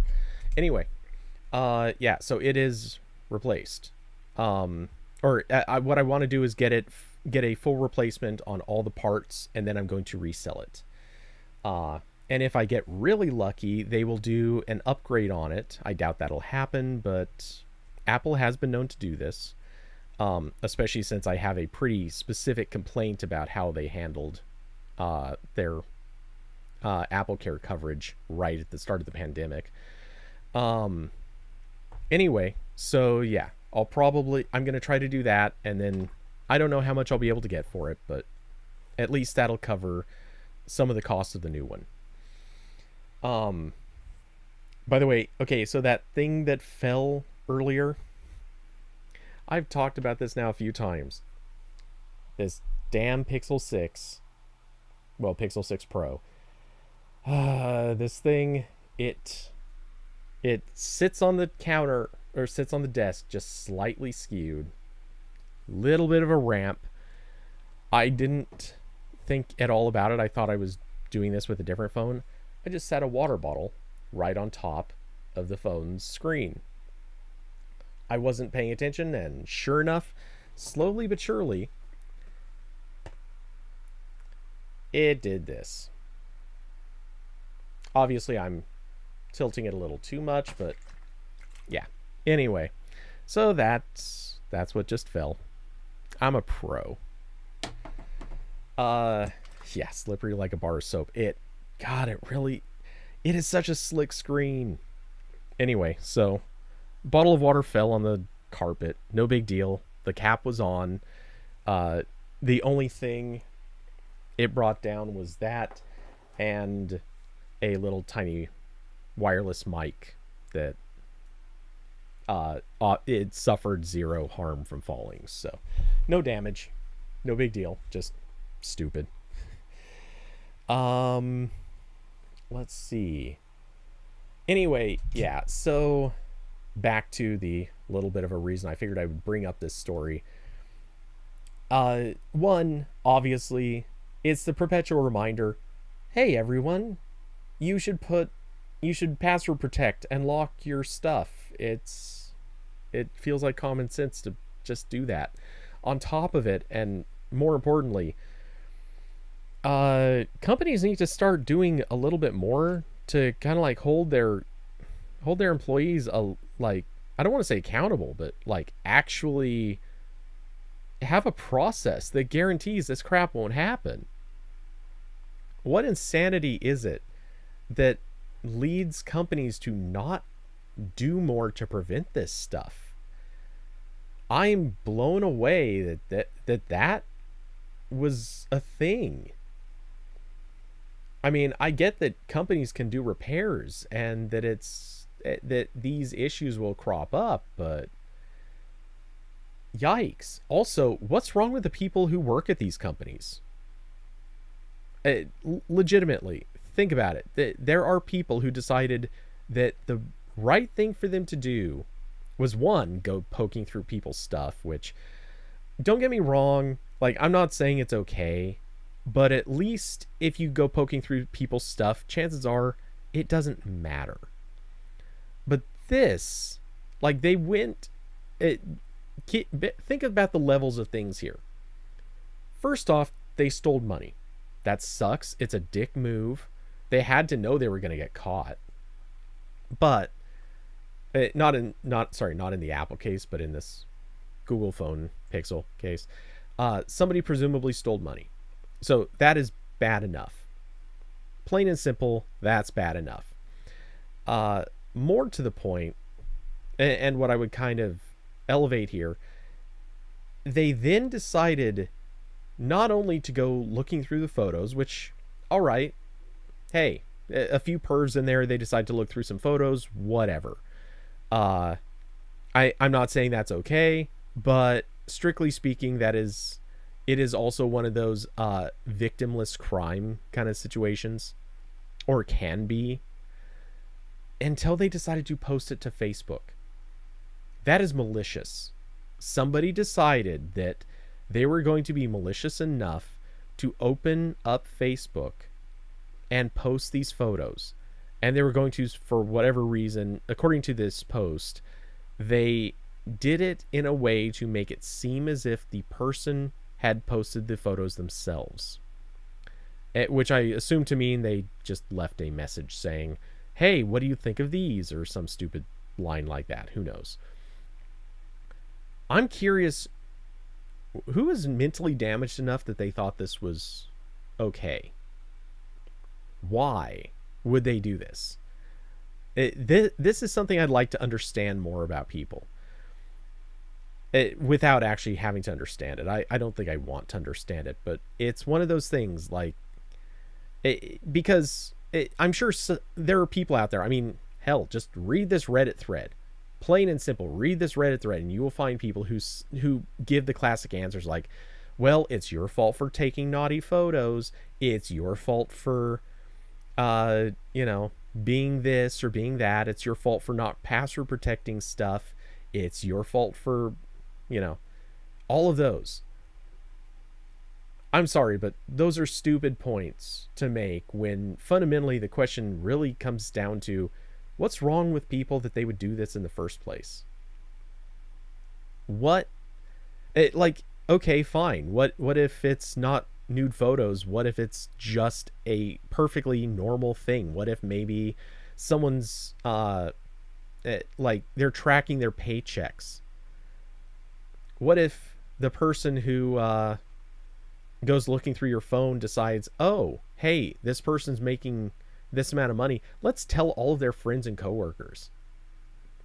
Maybe that's something that shouldn't get out.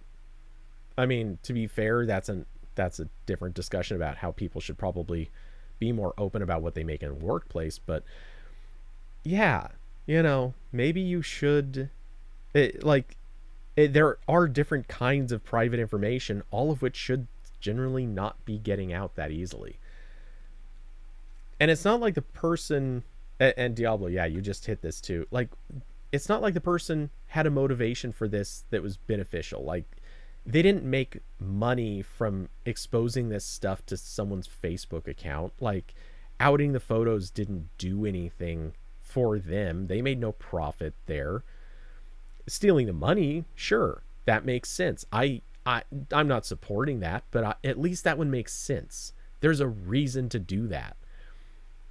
But going out of your way to post nudes and make it and be a dick about it, like, that doesn't make any sense.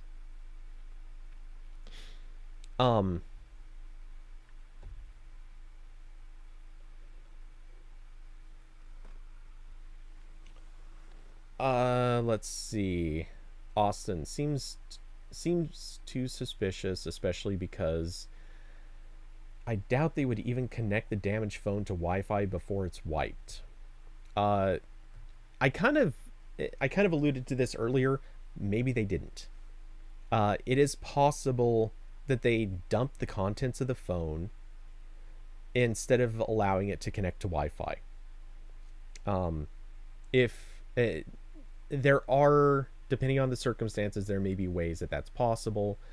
I have a specific thing in mind that there's actually, to this day, well, it's not visible anymore because it was on a Google Plus post, but to this day, I still have to laugh because there was one time when I kind of called out a Googler for saying something about security that was grossly wrong.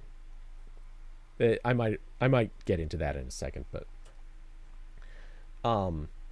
in theory, maybe there's a way that they could have accomplished this without connecting to Wi-Fi. Let's see. So, Austin, let's hack Assurant by sending in a bugged, damaged phone. That maybe. I mean, I don't know. Maybe the guy said he didn't wipe it, so obviously there's a possibility that the phone just it was connected to Wi-Fi and it didn't matter because obviously it wouldn't have mattered. Maybe these people who were repairing it realized right off the bat, like, oh hey, this dumbass didn't wipe his phone. Let's see what's on there. Maybe that was fun for them and they didn't have anything else going on that afternoon. Who knows? But whatever the case, there are elements to this that are fishy, but I don't know how much they are credible problems in the story. In general, I still find the story a little questionable no matter what.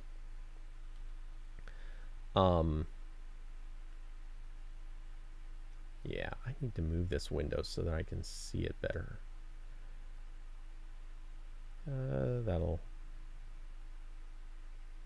That works. Okay. So yeah, I'm incredulous, but it may be legitimate. Anyway, so yes, this is definitely going to be easy to track back to the repair person. I would be assuming it is real, and I'm sure that if it is real, this person has to be filing a lawsuit against Google or a repair company if Google directed them there.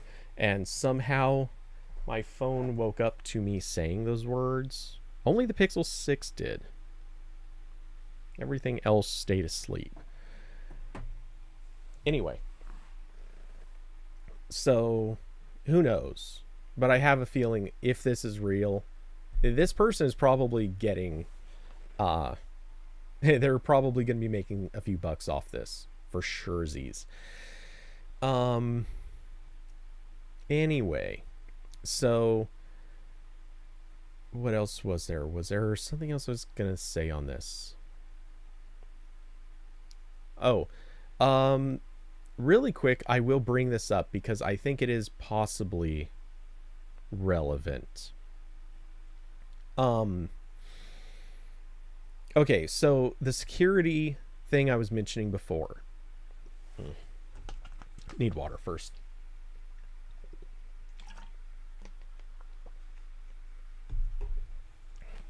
The security thing I was referencing. What had come out, this is back when the FBI was trying to get Apple to unlock an iPhone. One of the famous stories, the one that got the most media attention, at least at that time. There was somebody from Google posted basically saying that there's no way Google could actually break into a phone because of the way they did encryption and so on and so forth. I pointed out that they were completely wrong. And I actually detailed the steps to do it. From what I understand, a lot of Googlers were actually very angry with me for calling them out on this, which, go figure. But the case that they gave is basically there's no way to break into any Android phone because pre-boot, the secure encryption basically locks it all down. Post-boot, there would be no way to get in for because all the security was supposedly too good. And their bigger point was Google itself would not be able to unlock a phone because they wouldn't have your password and they didn't have any other way to get through. That was the claim. What I brought up is that it would actually be very easy for Google to do this by simply creating a custom version of Google Play services, loading it to just that phone, something that they have actually had the capability of doing for years, but it actually really wouldn't be that tough in general.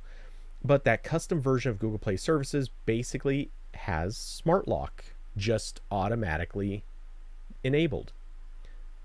All they have to do is load Google Play Services to the device, use any method they like to trigger the update, and after it updates, your phone security would be effectively gone. So yeah, as long as the phone has already been booted up, no other security method matters. Google Play Services can bypass it. So Google can do this. What I would consider a question mark here, if Google, let's say that the phone was sent to Google and a replacement was sent back, and the people who received this phone for whatever reason were, maybe they were doing refurbishing, maybe, I don't know, some set of scenario all played out, and they got a hold of this. Now maybe in Google's refurbishing center, possibly before the step where they would wipe the phones, or at some stage where it would make sense, someone might have a tool that can effectively read the phone's data, unlock it, or remove protections. That way they can do whatever. This would be an internal tool to Google, plain and simple. That would make sense. We are talking about something that is inside the company. We're not talking about a repair shop, though we could be. You never know. But if tools like this exist, there is some possibility that they exist inside of Google, and somebody in the company just happened to have access to the tools and was a big enough dick to do this. Which is a hell of a lot of the Venn diagrams all crossing over each other, but we don't know if that tool exists, and if it does, we don't know how widespread it would be. But there you go, it could exist. Anyway, yeah, that's more than I actually intended to say on this, but kind of hits all the topics. Really quick though, the classic reminder: please use security on your phones. All the security that you need to. It's just a good idea. You never know if some D-bag is going to be as bad as this. It happens. But anyway, enough of that. Speaking of D-bags, I saw that this got posted. I didn't look into it, but I think Diablo posted this. Authorities say a FedEx driver dumped hundreds of packages into an Alabama ravine. Okay, so this is... Yeah, okay, this was published today, or at least it has today's date on it. Did they figure out who it was? They say one driver, where previously a rumor or theory was that it may have been a few of them. This is all about Urza Media and public to be patient as investigators work on the case.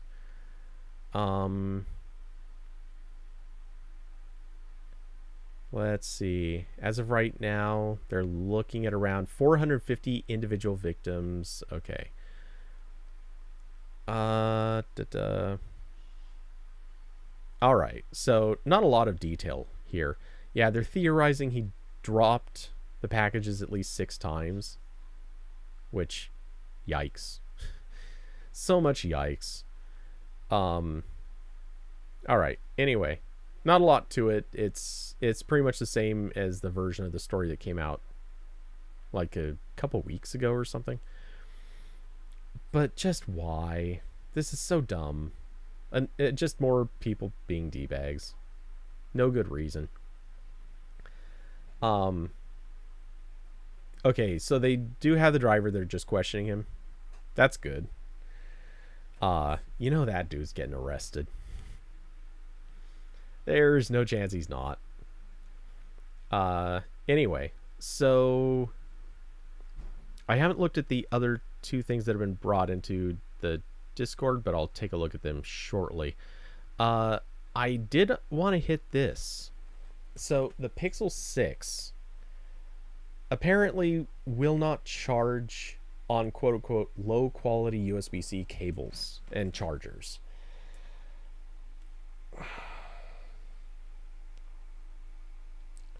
I get it. I do. But oh my god, is this not...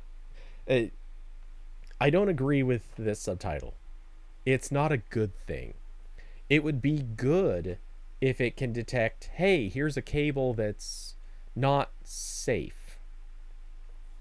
Here's a cable that's giving me erratic charging. Here's a cable that's maybe shorting. Here's a cable that has some other problem to it. Yes, give me that. Yeah, I want something that will prevent that.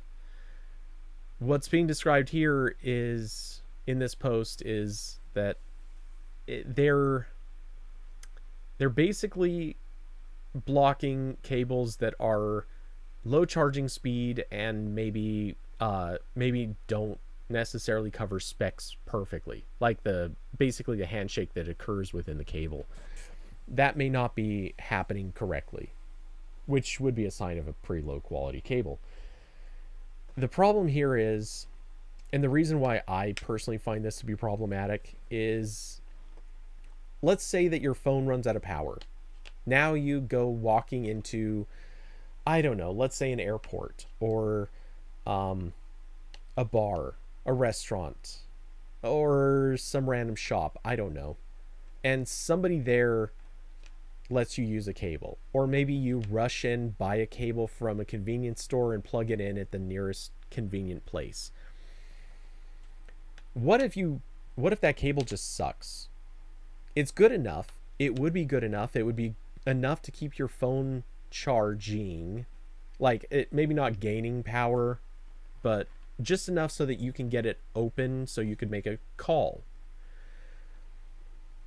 I'm sorry, but I care more about that than anything else. If I need emergency power, let me have emergency power.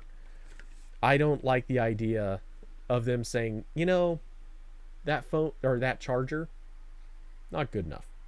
Not good enough for me. Get out of here with that low quality wiring. Yeah, I'm not in for it. Like, I don't accept this. I feel like it is irresponsible. It's kind of dangerous. They need to allow not low quality cables exactly, but this needs to be a last resort. Ignore cables that are really not cutting it, but don't ignore them just because they're not quite up to spec. I feel like this is a dangerous story in the making. Anyway, so just figured I'd mention that. And honestly, the thing is, a lot of devices already do this kind of thing. It's not like Google is the first ever to refuse to charge on a low quality cable. I mean, Apple's literally famous for this. But yeah, it's not something that I want to encourage or indulge. I feel like the threshold needs to be a little higher. Anyway, or at least that's the way the story makes it sound. Who knows? Maybe the threshold is actually really, really high for ignoring a charger, and it's just not as obvious here. I don't know. Anyway, so there's that. Diablo dropped in a link for official Steam for Chromebook support could launch this month. Oh geez, I'm not gonna... Wait, what?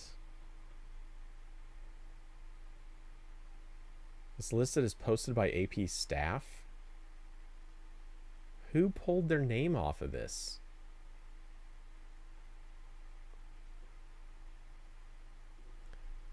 Also, why do I suddenly have 8 responses or upvotes or something? I'm dreading looking at that, but I'll look at that in a minute. You guys will maybe see what I put up with comments. I'm real sus about that. I kind of want to look up who wrote this. Anyway, I won't do it on stream. I'm not going to out anybody, but curious. Well, what can happen is if a writer decides that they just don't want their name attached to something, they can assign it to somebody, or can assign it to the AP staff name. But I can only think of, honestly, I can only think of one person who does that. I won't name who it is, but I can only think of one person who actively does. Well, technically two, but the other one does it for a different reason. They're not trying to get away from something like this. And his reasoning is, it makes sense for other reasons. Anyway,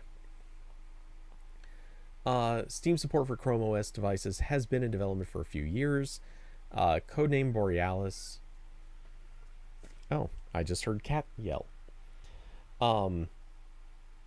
We've already looked into work on enabling the Vulkan graphics library in Crostini, unlocking game capabilities that will be required for Borealis. Now we've uncovered another important piece of the puzzle as the first system flags arrive for the Borealis update. All right, not going to bother reading through the rest of this.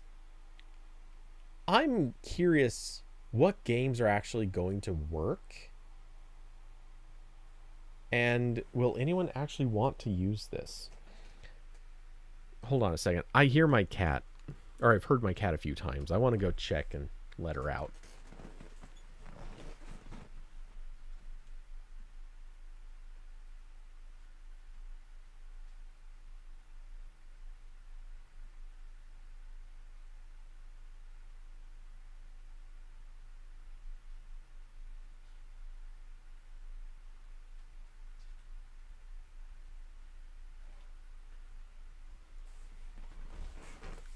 Really quick.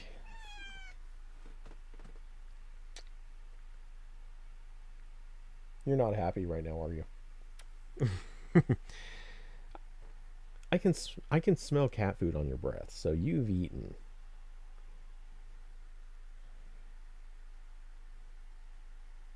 Yeah, she's a cute one.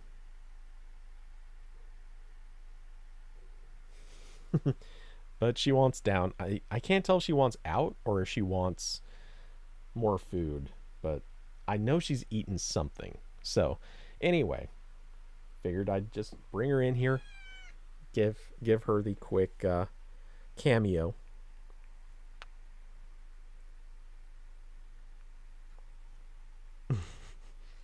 Okay, come on.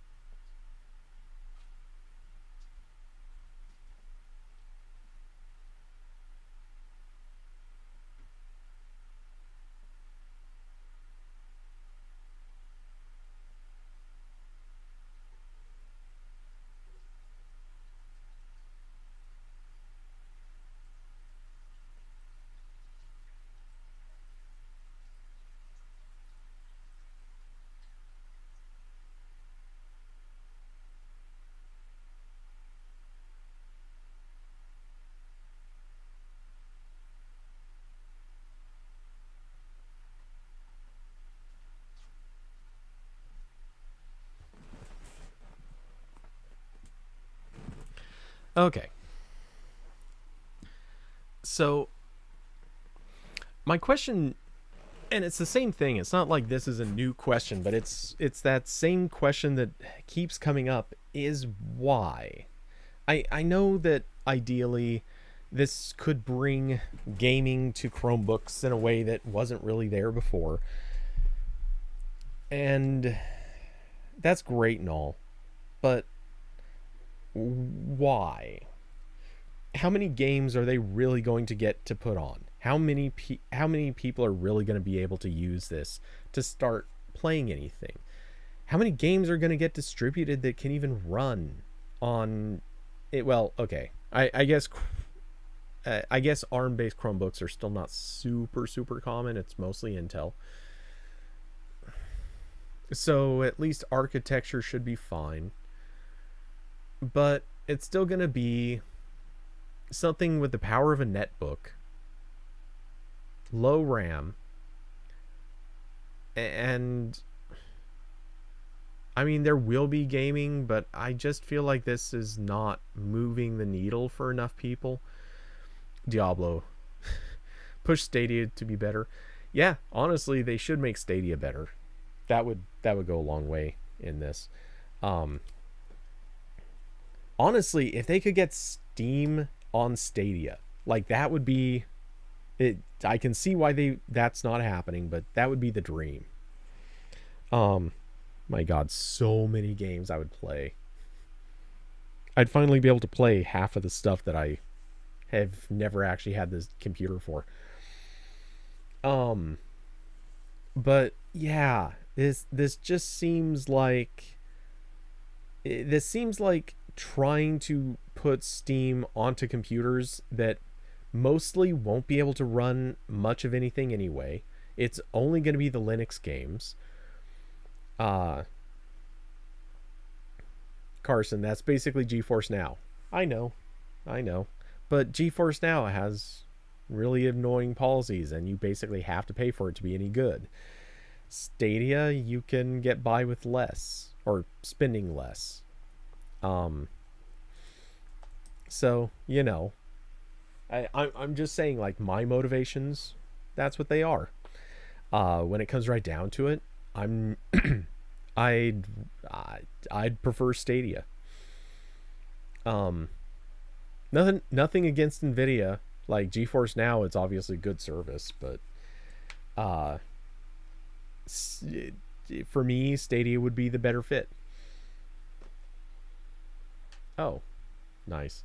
I just tried starting up Steam and it crashed. Is that going to happen again? Is there a reason that it crashed? Crap, I think it actually happened again. Yep. Okay, well, that's... let's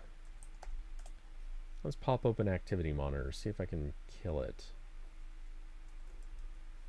Nope, it's not in there. It's a full crash.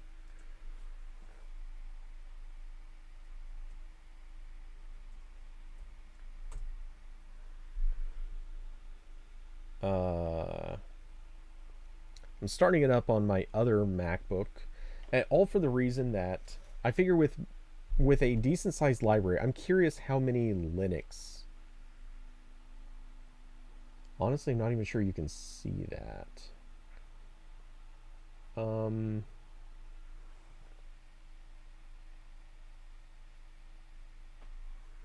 you have to look at it on Linux, I think, to see how many Linux games you have in your library. But the whole thing is, there's so few games that can be played on Linux. Like, I don't know, maybe this helps motivate more developers to build for Linux, which would be great. I'm not against that at all. But at the end of the day, I feel like it's not going to do enough. Again, could be wrong. It just feels like it's not going to be enough. All right. So anyway, what was this other story down here? Austin, time crystals. Is this a joke? Time crystals created in Google's quantum processor. What?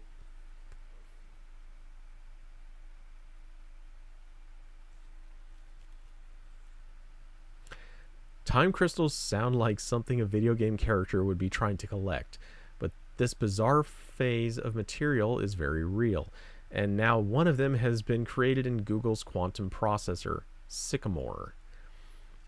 Regular crystals are characterized by a highly ordered structure of atoms and a repeating pattern. So if those atoms repeat through space, could other crystals exist with a pattern that repeats itself or repeats through time instead? All right, I don't deny they have my interest. What might that look like?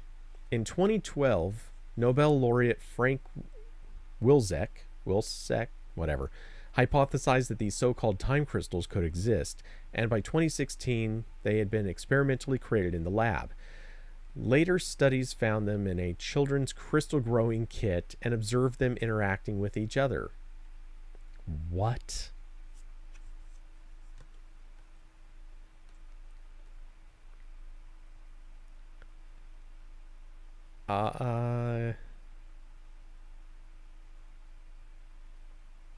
Okay.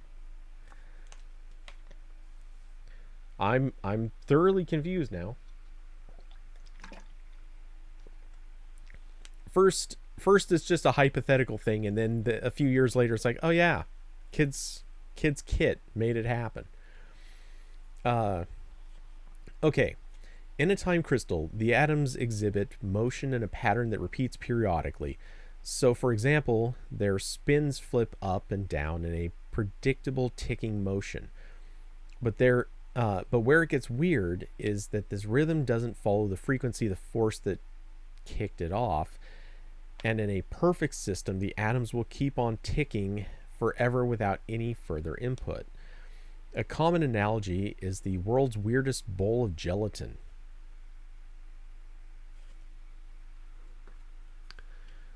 That's a sentence I did not think I was ever going to speak. Cool. Normally, if you tap the stuff, you'd expect it to jiggle for a few seconds, then stop until you tapped it again. What you wouldn't expect is for it to spend eternity alternating between jiggling and not jiggling after just 2 taps. But that's what a time crystal does. Okay, I think I get this. This may sound like a paradox that edges a bit too close to a perpetual motion machine, but time crystals technically don't break the laws of thermodynamics. Energy is conserved in the system as a whole, and entropy, a measure of disorder, doesn't decrease but stays constant. Now, researchers have demonstrated a time crystal in Google's quantum processor, Sycamore. The team zapped a lattice of 20 qubits, whatever, quantum bits of information with a laser to kickstart the ticking. Then the qubits would only flip their spins once for every 2 laser pulses, breaking time translation symmetry and creating a time crystal. Importantly, the team says it was the first time crystal to exhibit mini body localization, a phenomenon that keeps them stable. In this particular experiment, the scientists were only able to observe the system for a few hundred cycles, but they say they were able to validate the long-term stability of the time crystals using simulations run by the quantum computer itself. We managed to use the versatility of the quantum computer to help us analyze its own limitations. It essentially told us how to correct for its own errors so that the fingerprint of the ideal time crystalline behavior could be ascertained from infinite time observations. Weird.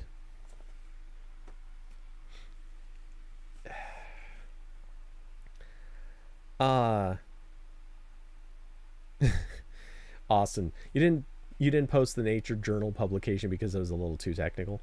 Nice. Yeah, this is weird. My bigger question is, how are they using it? Is this actually proving to be useful? Or rather, how is it proving to be useful? Are they just doing this as an experiment, or did they actually use it for something?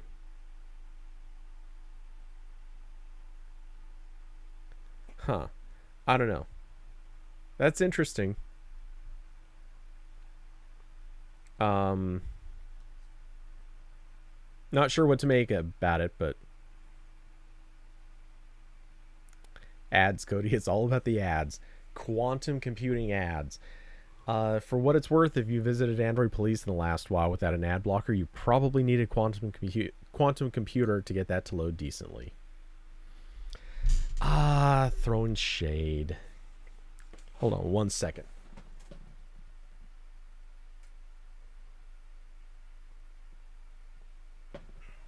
Damn. Okay. There's a random cable that's in the way, but oh well. Let's see. Jack Dorsey's Square is changing its name to Block. I think there was a rumor about this a while ago. I'm not sure, but I swear I remember hearing it.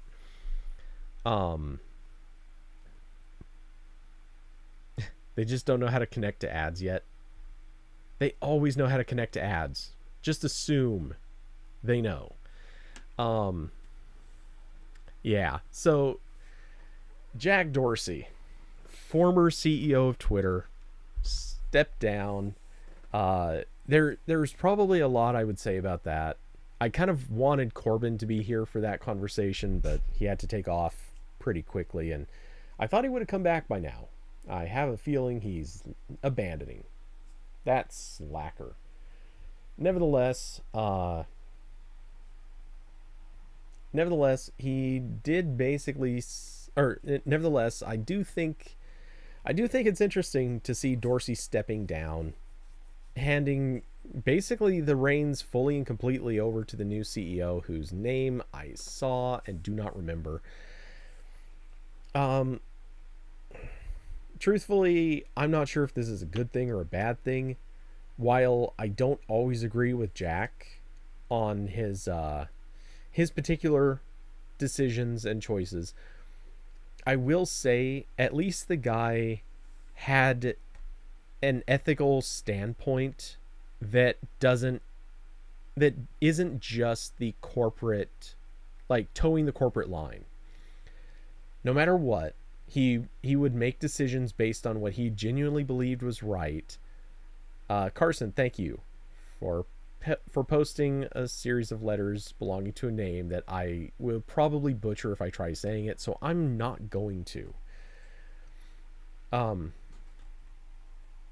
Though, to be fair, that now as I look at it, that actually would probably be pretty simple. It looks like Parag Agrawal.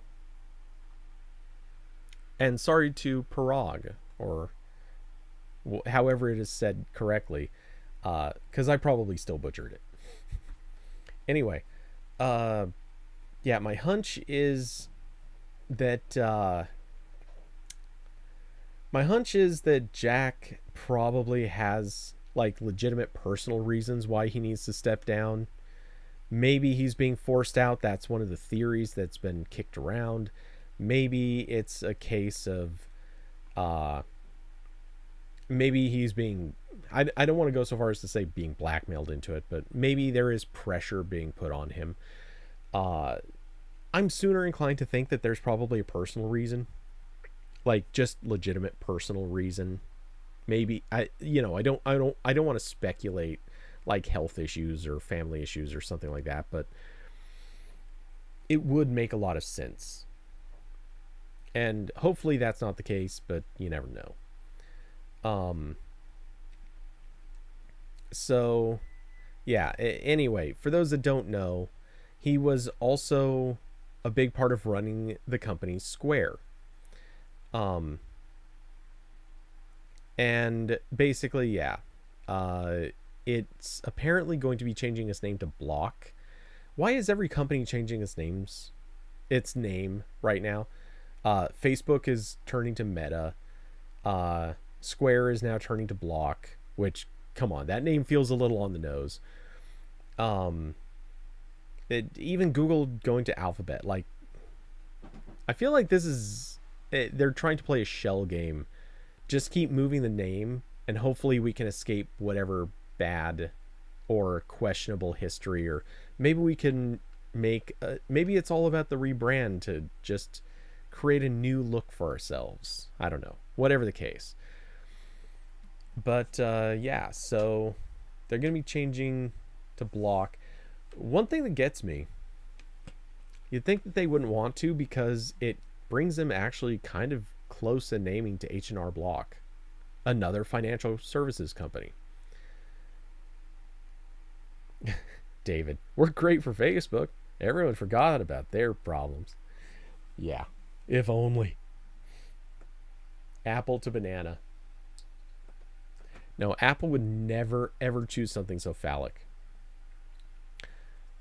They would obviously have to choose kumquat. And that's someone's safe word. Anyway, kumquat. Yeah, how great would it be if Apple changed to kumquat? No, they'll be prune. Grape. I don't know. Anyway, I'm being stupid. So, did they give a reason for this name change? Since it started in 2009. Blah, blah, blah. Block says there is no organizational change. They're rebranding their crypto thing to Spiral. I forgot about that. So, did they not actually give a reason?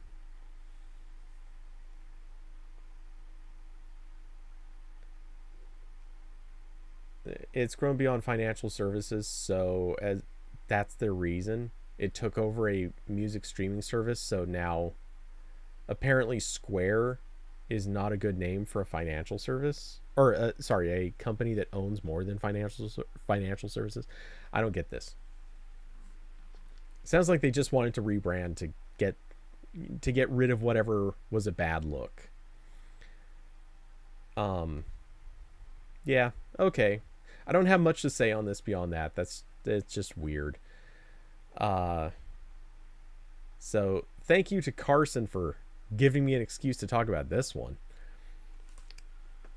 Sony's $9,000 drone is going to be available ahead of a December 24th ship date.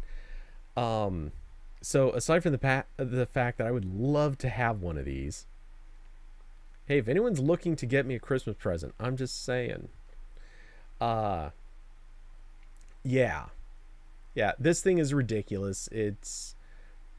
Oh, I never realized the landing gear lifts up. That's neat. Austin, how dare you? It's no longer hip to be square. How dare you?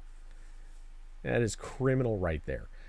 Anyway, yeah, so Sony's super expensive drone, which if I recall, and I'm assuming it will say here, according to the drone's product page, it has a flight time of 22 minutes without a payload and up to 12 minutes with a heavy payload. Honestly, I thought it'd be longer. Anyway, it's stable in winds up to 44.7 miles per hour, which, holy crap, that's some wind.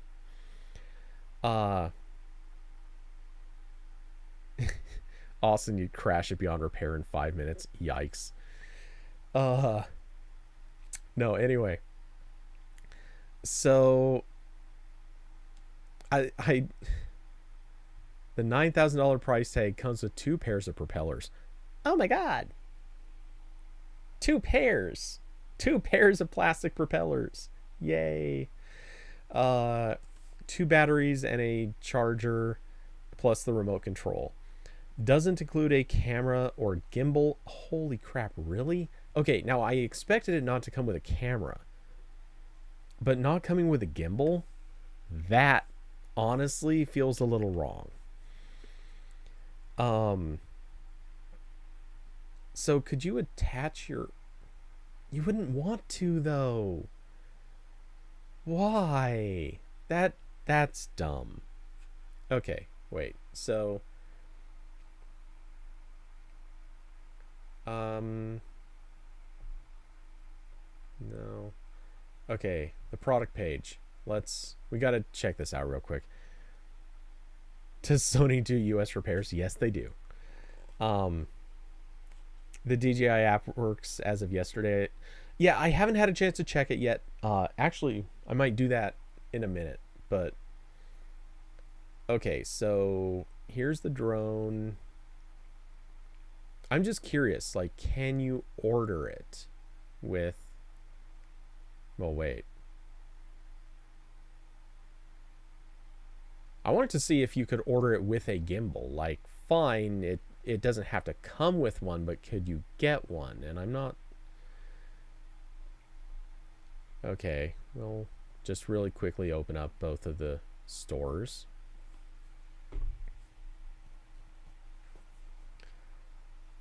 Because you kind of need a gimbal to make this worthwhile.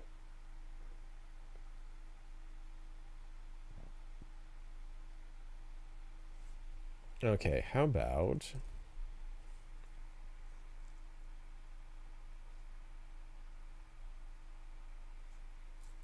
exclusively made Grimsey gimbals. As a dedicated accessory for the S1, there is Grimsey Gimbal T3 for Air Peak that is compatible with Alpha Series cameras. Once the gimbal is connected, the quick release mechanism allows for easy attachment, and the temperature controlled IMU allows for accurate control of the gimbal in any temperature. Okay. So there is at least one design for this, and it is for sale. Presumably.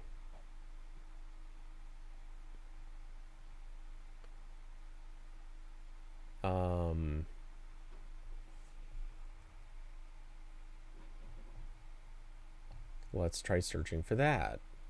I'm so curious about this thing. Ah, ha, ha, ha. There we go. Okay, so we're getting the real price here. First, $9,000 for the drone. Then add $22,000 for the gimbal.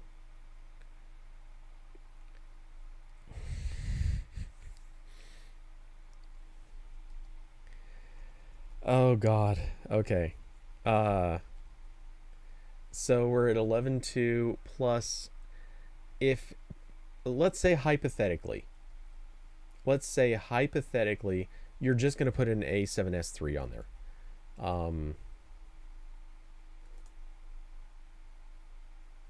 So add another 3,500.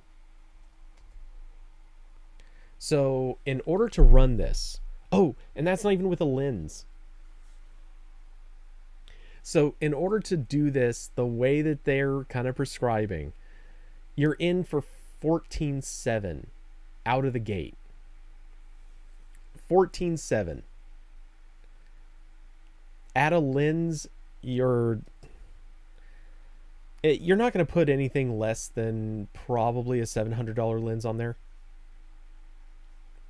So 15.4. Best case scenario. Before tax. Before sales tax. For states that have to suffer through that. Yeah, for real. 15.4. All I can say is suddenly it makes no, I don't want to reach for it. Suddenly it makes the DJI Mavic 3 a lot more accessible. Now you feel like that's legitimately pretty cheap. Hey. I just got, well, okay, it was 4 hours ago, but I just got an email that is of minor significance. Well, at least I care about it. Moment has finally shipped the case for the Pixel 6 Pro. Woohoo! Happy about that. So we're actually going to really quickly add that to our shipping tracker. that way. Oops. Moment case done. Some little bug flying around. All right. So, yeah. 15.4 minimum. Well, that's not true. You could put on a Sony a7 III. Not an S3, just a 3. So, how much is that running these days? Really? Man, I thought they were on sale for more than this. Because I got mine for less than this. Anyway.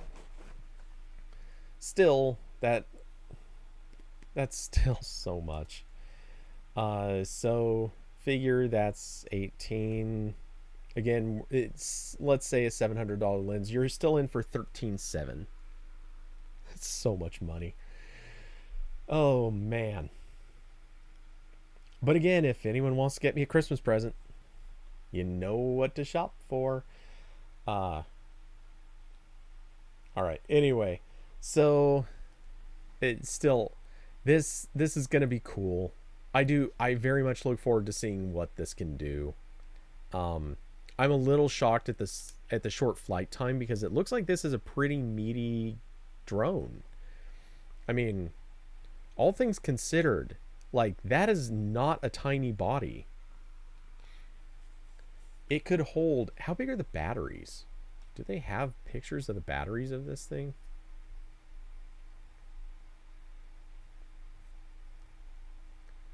Oh, hey, you can definitely tell the battery is visible right there. That looks like a release switch. That is a chunky battery. Though it looks like it might be a little on the undersized side. I'm feeling iffy about this one. I don't like that flight time. 12 minutes with weight. That is really short. You put this thing up, you're not going to fly it the full 12 minutes. You're going to fly that because you want at least 2 minutes for flight time to land. Like, if anything goes wrong, you want 2 full minutes at least to get that thing on the ground safely. You're going to take at least a minute to get it up in the air and put it where it needs to be. So we're talking about 9 minutes of flight time. Effective. And that is pushing it. That is pushing it. How much can you get done in 9 minutes? DJI's out there laughing with, like, guys, we have 46 minutes flight time. We win. I wonder what DJI's got to do this next. If DJI doesn't do this, I'm going to be pissed. I mean, they already kind of do. For people who don't know, DJI has... I guess I could have just typed in DJI. They have the Inspire 2. Now, the Inspire 2 doesn't let you attach your own Wait, does it now? Did they build in a... No, those are still permanently attached cameras. Okay. That's a shame. Anyway, yeah, the Inspire 2, they basically have something like this. But it is still not an actual dedicated camera that you're attaching. You don't have a choice on your camera, but yeah, they do have this thing. What is the flight time on this? Minutes. 27 minutes.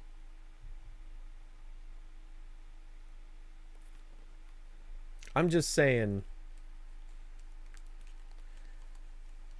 better.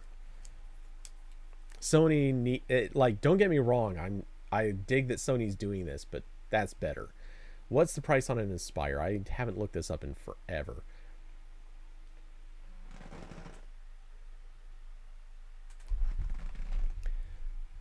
Seriously? I honestly didn't think it was that cheap. Okay, so you want to go to the standard kit, you're up to 5,300. That's only slightly more expensive than the top tier Mavic 3. And you can get this fully upgraded all the way up to 9,400. Honestly, this is yeah, I mean, it's not the same, but yeah, that's still cheaper. And that's like I said, that's the fully upgraded model.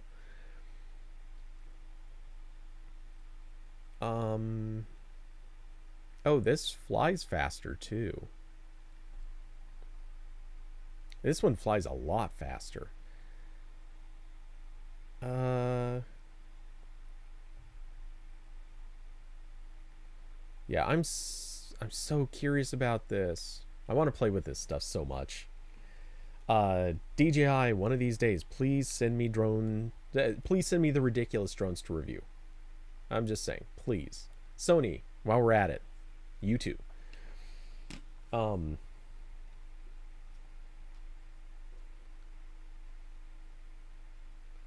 Diablo, FedEx should hire drones to replace the FedEx ground drivers. Yes, they should. To be fair, I don't think it would change anything. That's kind of the messy part.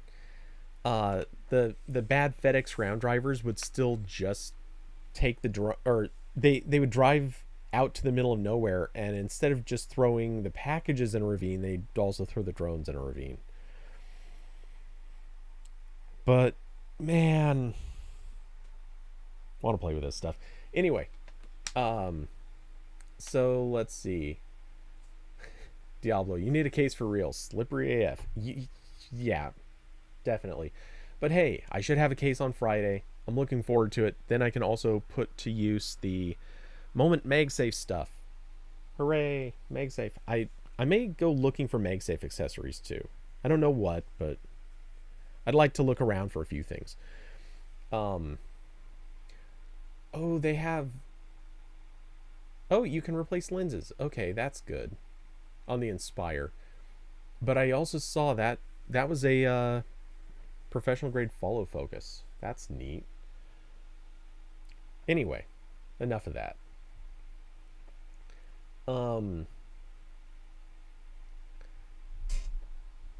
Let's see. Austin, we should just start an infrastructure of pneumatic tubes to everyone's house.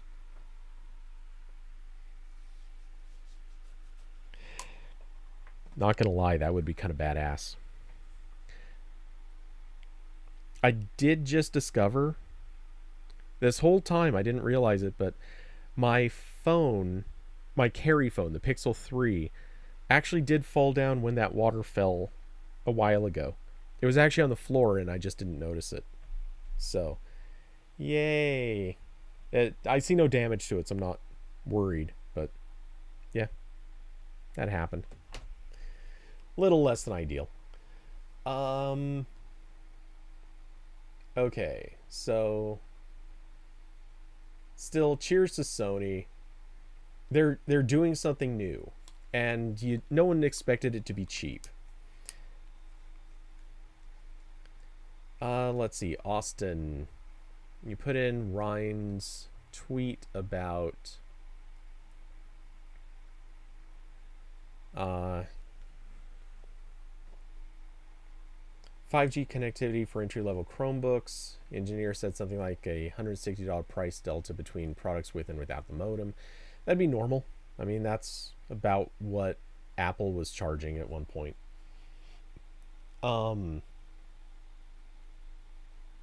Austin, that's where the Pixel 3 belongs. What?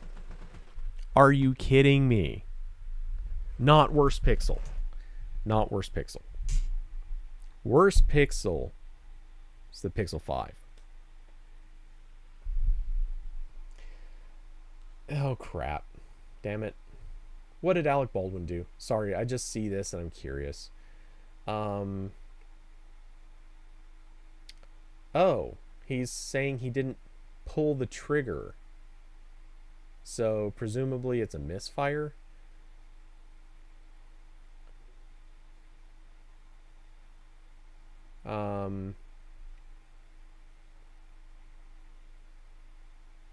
Yeah, okay. A lot of people are just going ham on him. I'll look. Never. I don't actually care about this story, but just saw it. I was curious. Oh, Austin linking in the Enterprise drones, which, yeah, I do know that they do separate Enterprise stuff. But yeah, this is the stuff where I believe you have to do contracts with DJI to load out a fleet. That is a bit of a different situation from somebody who's what? They still sell the Phantom? I thought the Phantom line was dead. I can't imagine why they would still be selling those.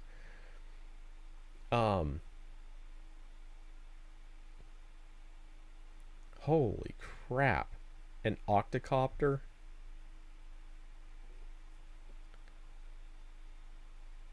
I admit to being curious. I wouldn't want to see the price. But yeah, anyway. Yeah, I'm pretty sure you have to do contracts and arrangements with them in order to get any of these things. Out of curiosity, does it?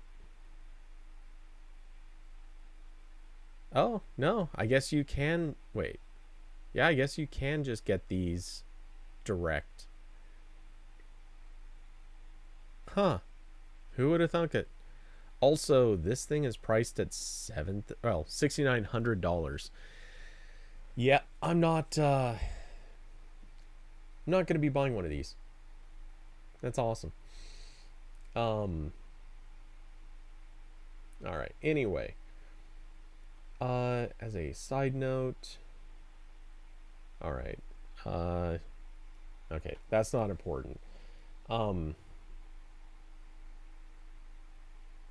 Okay, just checking a couple things real quick.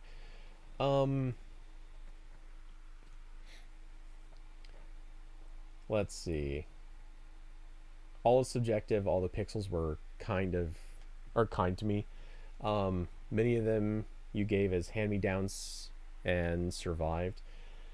Yeah. I mean, I really haven't had any complaints about any of the pixels I've had except the Pixel 4, as you guys know. And that's not so much like failures as it is just poor design decisions, or I think of them as poor design decisions. Let's see. Austin, don't forgive the RAM issues on the Pixel 3. They were never fixed in the year that you owned it. I don't have RAM issues.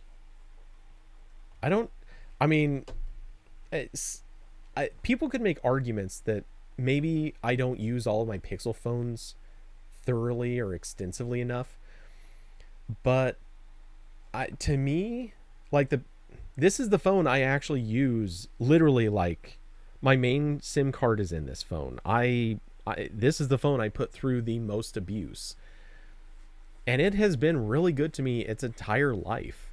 Don't get me wrong, like I agree it doesn't have enough RAM because I have seen apps die a little too quickly on this phone. But I don't think it's been that bad.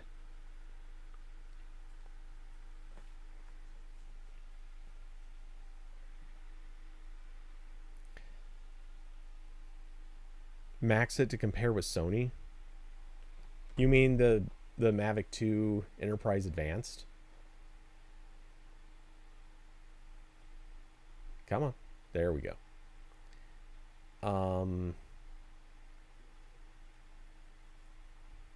Oh, wait. We're talking you were talking about the stupid expensive one. I'm going to assume this one's more expensive, so let's try this. The Matrice 600 Pro. Oh yeah, this definitely does hold a dedicated... Well, wait. Is this a dedicated camera? You can mount additional modules. latest technology, transmission system, batteries. Several Zenmuse cameras and gimbals are natively compatible, and full integration with third-party software and hardware make the M600 Pro ideal for professional aerial photography and industrial applications. Alrighty. Alright, I'm just going to click to see how much it costs. I'm dreading this so much. It's not available in your country or region. What? Okay. Screw you guys. Let's try a different one. The Spreading Wings S900. I'm just going to keep trying these until we get to...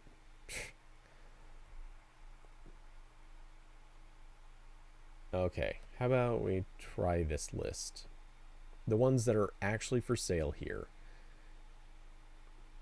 Alright, the Matrice 300. That one will do it. If you get it with camera. Holy crap. Okay. It's because the camera and gimbal are so expensive. But... Oh, you can't see... There we go. $25,500.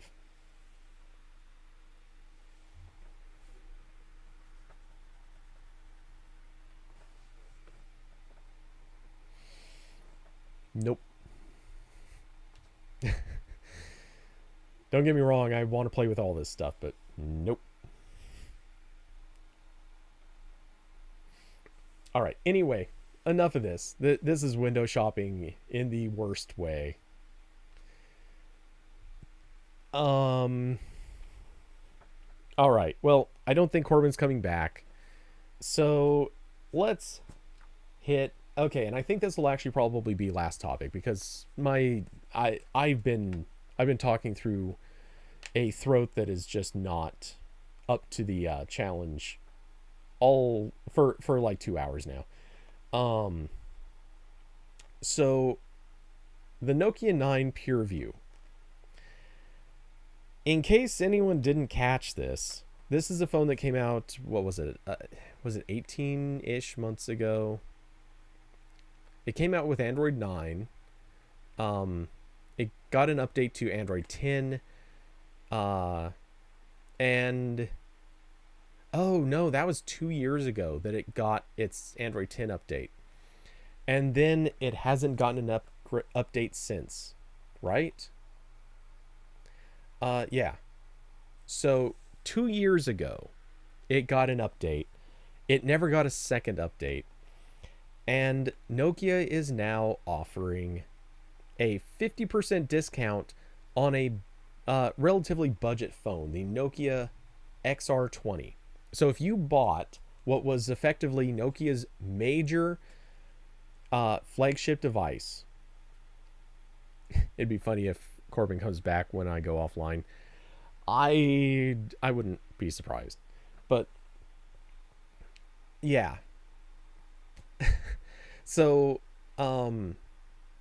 anyway, this phone came out basically it was like Nokia's big flagship phone. It had all this like crazy camera array. It had a flagship Snapdragon 845 chipset.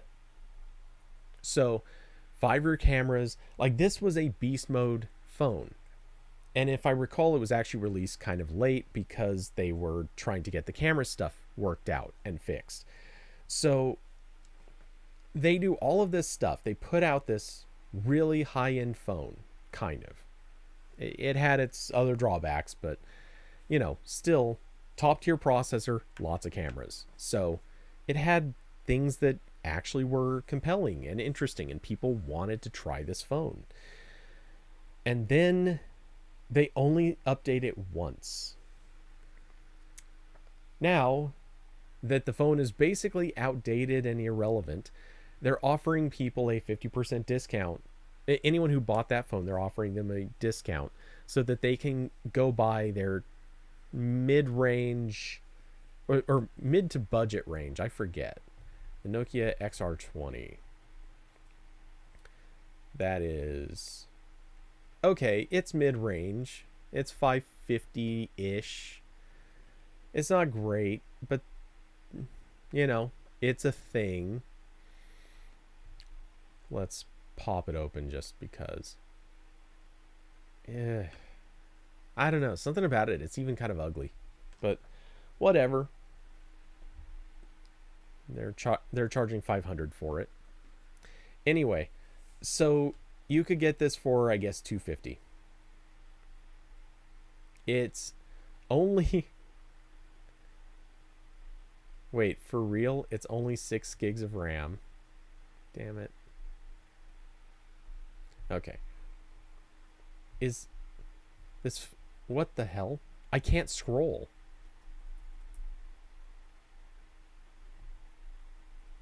I can't scroll this site.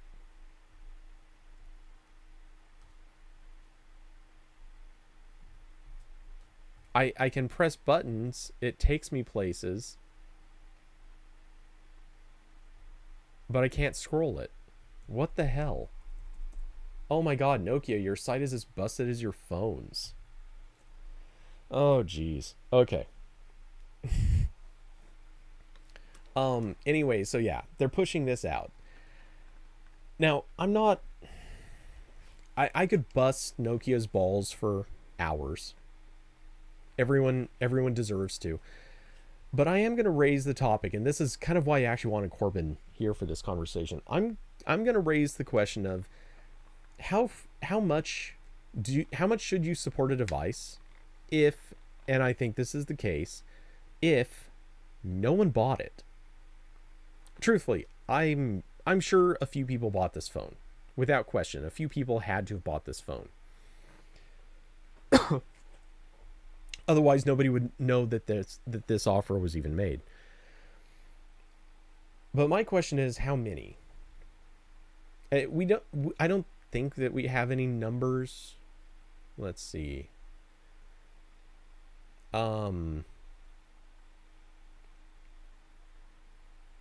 Yeah, I don't see anything that indicates how many people bought it. But here's the thing. If you bought, or if they didn't sell very many, at a certain point, I understand why a company would say, hey, in order to support this, we would have to spend, I don't know, I'm just going to throw out a number here, in developer time, in order to support this phone, we would have to spend, I don't know, let's say $20,000, maybe $30,000. Between the cost of paying developers, rolling out the update, the expense that might be associated with like failed updates or something like that, possibly maybe they have to pay Google, I don't know. Whatever the case, if they look at it and say, well, we could spend the $20,000 or we could just not, and hope that the handful of people who still care just will choose not to care. It's something they could do. I would get that. I mean, I understand it. But is that okay? If, let's say, Samsung abandons Galaxy Fold, the original Galaxy Fold, early, or the Fold 2. They sold fairly decent numbers of those, presumably. But what if a company just looks at the numbers and says, wow, this just isn't worth it to us? Because, you know, they would have had to spend a fair amount of money, and the only thing they're really losing is reputation. Something that, let's be honest, Nokia/HMD really doesn't seem to care that much about. Like, they bought a bunch of brand names for the sake of saying that they had them. They're not doing anything good with them. So I'm not sure what to make of it. How far do you take hating a company because they didn't update a phone that no one was really going to get the update for? Like, no one would care about. And are there reasons they didn't update it? Honestly, I can't imagine it has anything to do with the chipset. because obviously the 845 did get at least 2 updates. I have trouble believing that this is something that they couldn't have worked out. And for that matter, they probably could have even paid some developer, like just some contractors, to do the update for them. Just pump out a mediocre, barely updated update, like just do enough to get Google's changes in there, and then leave it as basically a vanilla Android update.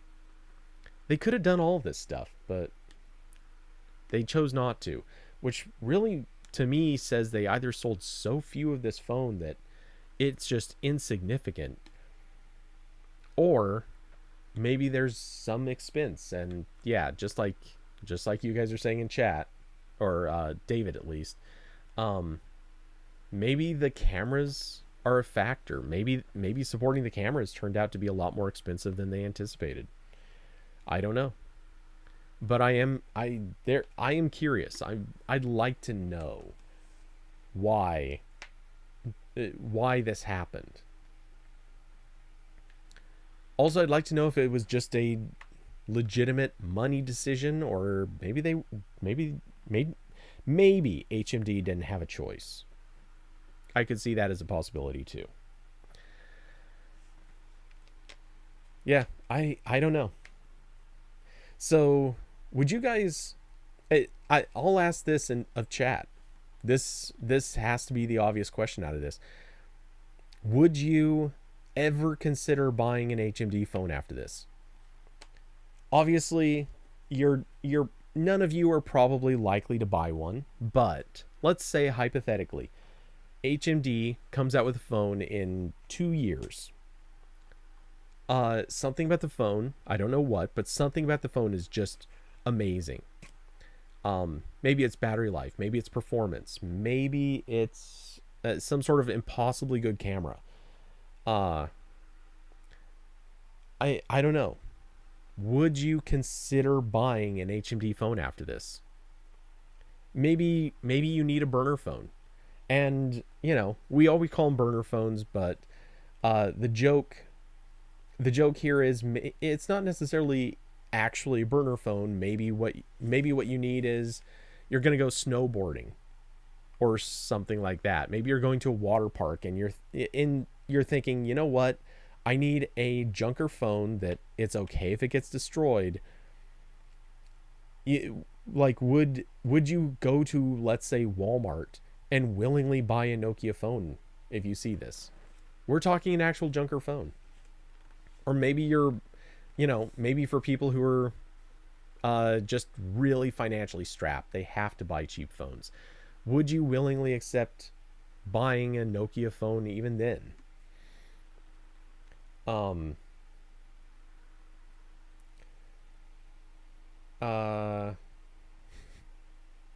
Diablo, the dev is probably like, if you want me to code a new camera app, I need 10K, or sorry, 100K. Frankly, I wouldn't blame him. I'd probably want to charge that too. Because Nokia seems like one of those companies, or HMD seems like one of those companies, I would bill up front. Legit, I would bill up front. Diablo saying, nope, you'd be pretty turned off if you got burned. Yeah, that's kind of where I am. I don't even care as much about updates as I know a lot of other people do. And I look at this and I think, no, this is not okay. This is objectively sort of terrible. At least for a phone that, I guess if a phone costs $500 or less, I'm still in that camp where I can see why why it would be sort of reasonable to maybe not ship 2 years of updates. Actually, even as I say it, 500 or less, that's too high of a cap. Say 250 or less. If a phone costs 250, I don't expect updates anymore. If a phone costs any more than 250, you need to get a 2-year update out. That's it. When TCL is beating you on updates, you have a serious problem. Yup. Yeah, that's exactly it. So yeah, Whatever Nokia saved by not shipping an update to this phone, honestly, whatever they saved, they screwed up. I would have found a way to either ship that update or find every person that owns one of these phones and literally just say, we don't care if it's cracked, broken, busted, falling apart, whatever. Send it back to us and we will pay out half the purchase price of this phone. Something. They should have... I don't know how many units they sold, but I feel like whatever it is, if they were to... whatever it is, it's worth it for the reputation. Because, man, now every site out there is going to have this to reference for the next 10 years. Maybe not 10, but 5. For the next 5 years, every site's going to be saying the same thing. HMD abandons phones. That is now a reputation that is going to follow them forever. So, is it going to hurt them a lot? Yeah, honestly, I kind of think it will. It's not going to be catastrophic. It's not like this is going to destroy them. Like if Samsung turned around and said, you know what, we're just tired of the S20. We're not going to support it. Sorry, tough luck. Like if that happened, it would be pretty devastating. When Nokia HMD does it, I feel like that's one of those things where people are going to look at it and say, all right, we didn't expect much better. We hoped for better. We thought it would be better, but we can't pretend to be surprised. Diablo, is Nokia now on the bottom of the barrel of that timely speed updates article? I don't think that's getting updated anymore. As far as I know, it's like I think one person was going to push an update to it after Corbin left, and it just never happened, I believe. Could be wrong. I don't know, but yikes. Anyway, so yeah, I think that's about it. I can, my voice is definitely hitting its limits. Though speaking of my voice, as a quick little not super exciting note, but new review unit did happen to come in recently. It is the I should transition because you can't see it in that tiny little frame. It is the Rode Lavalier 2. So it is just like I showed off the other week. With this one, it is one of hold it in front of my face so you can kind of see it. It is one of these lapel mics. Hey, there we go. Kind of framing it up, sort of. It's one of these lapel mics. So I'm going to be working on the review for this part and the Lavalier 2, which is inside this case. I should have just picked up the box. And hopefully knocking that out in probably about 2 weeks. So let's see. What am I playing this weekend? Carson, I know you've been waiting for it. I don't know which day, though I'll probably just try to do Saturday. By the way, I have to do a Tech Tales recording early Saturday, so there's a chance that we'll run long. But Saturday, I figure I'll probably do Phoenix Rising. I'll give a try to the final DLC. We'll see how that plays. And the only way that doesn't happen is if there's some sort of crazy Borderlands news. Real quick, I don't think there will be, whatever. But just in the offhand chance that there's some big thing, that's the only way. Oh, new shift codes for Thanksgiving week. I didn't even think about that. Huh. I bet those are probably expired now. I'll look into it later. But it looks like nothing. So, All right. Yeah, I'll probably play Phoenix Rising at least one day, if not both. We'll see how the game plays. Um, let's see. Did I get any of the games on sale? No, I did not. I really just did not see anything that jumped out at me. That's kind of the challenge, is there just wasn't much jumping out at me. What I think I need to do is I'm going to go looking through my Steam library and see what stuff I have in there that might be kind of fun. A lot of it'll be a little more retro, a lot of it might be kind of goofball stuff, but hey, there could be something actually pretty fun in that. Let's see. Trying to think what else might there be. Oh, oof. I just looked at those codes for Borderlands 3, the shift codes. They expired November 25th. Yeesh. Yeah, that's no good. No good at all. Let's quickly see. Yep, they're expired. Damn it. Oh, they were just golden keys? Never mind. I don't care about golden keys. No one does. I thought they'd be worthwhile shift codes. Did I buy anything on Black Friday or Cyber Monday? As a matter of fact, no. I honestly had to think about that for a second. I'm double checking. I'm pretty sure I did not. I actually went looking for something specific.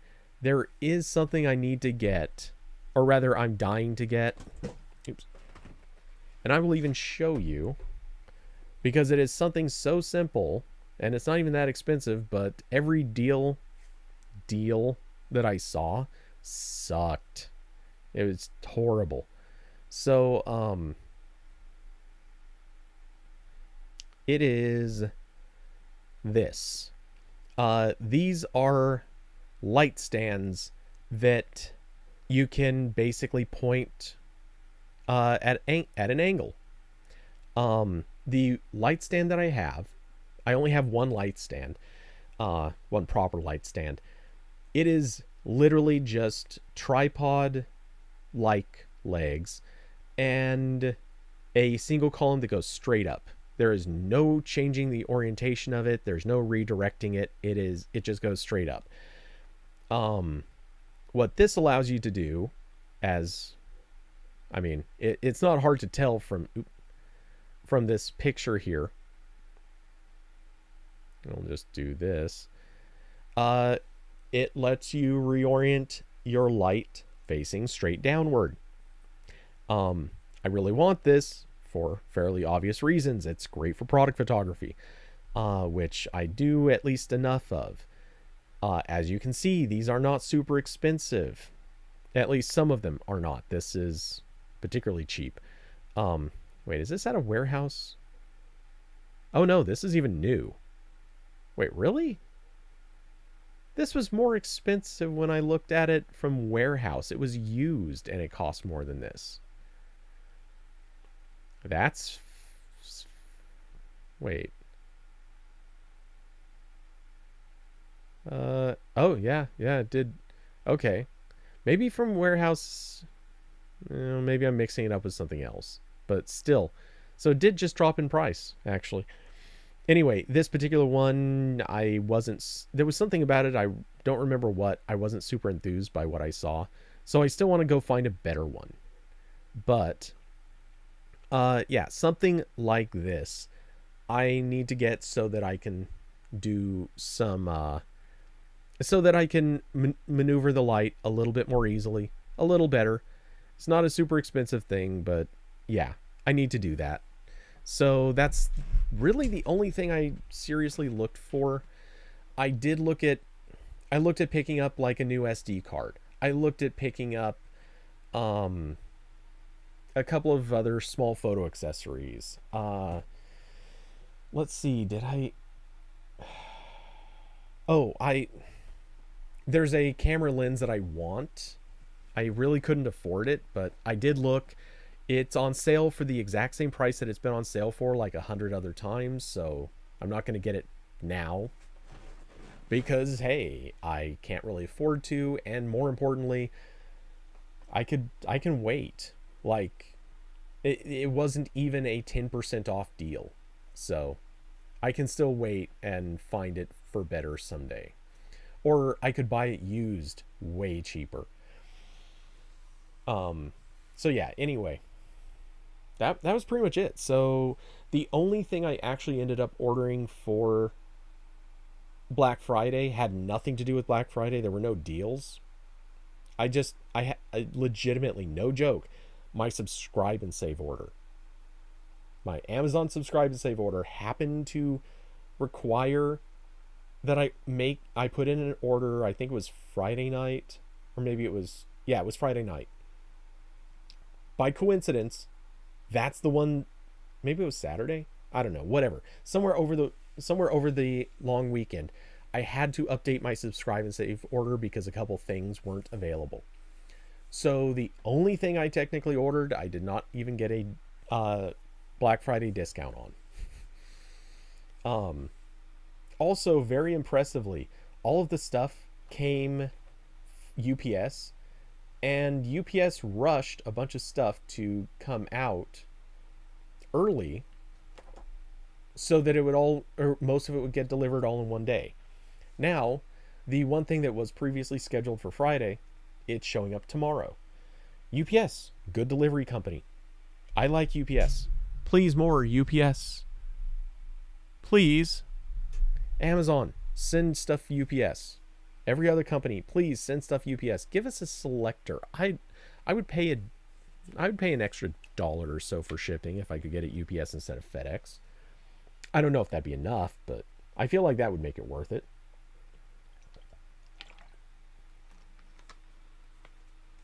Anyway, so mini rant-ish over. Anyway, for this weekend, yes, Phoenix Rising, possibly photo and video edits. There is one other thing I might experiment with. I'm not going to talk about it yet. We'll see. I don't know yet.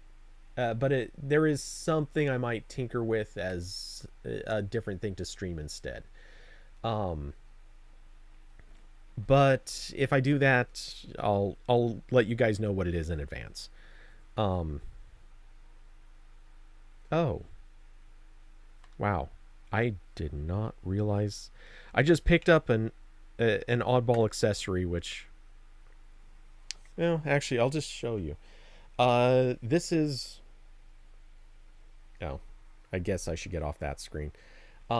Is it drugs? No.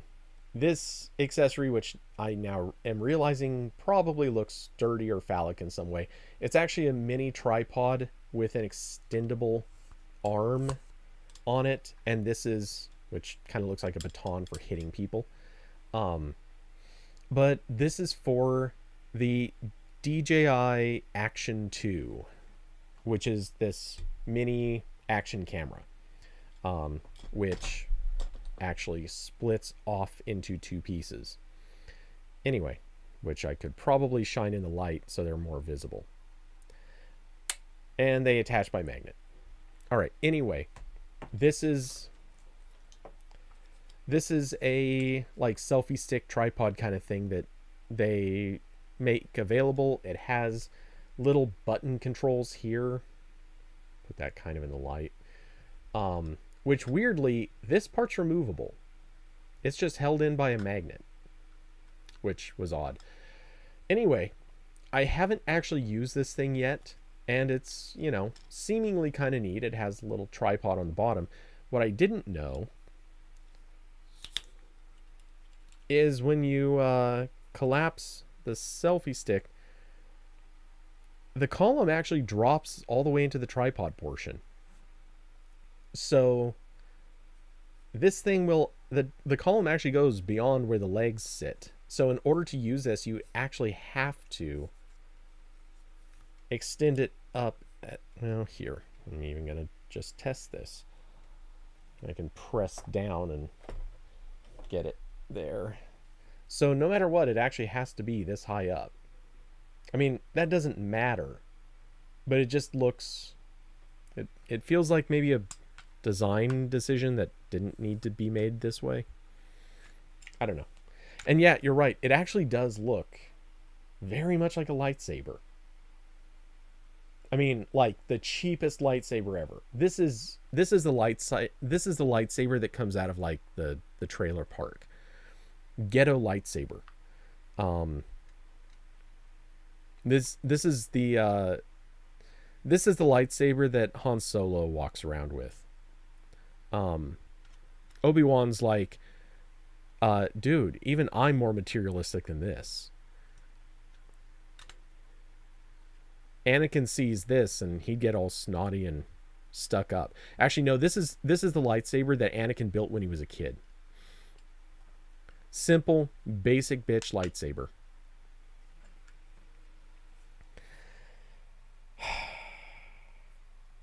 I'm a dick. Anyway, so yeah.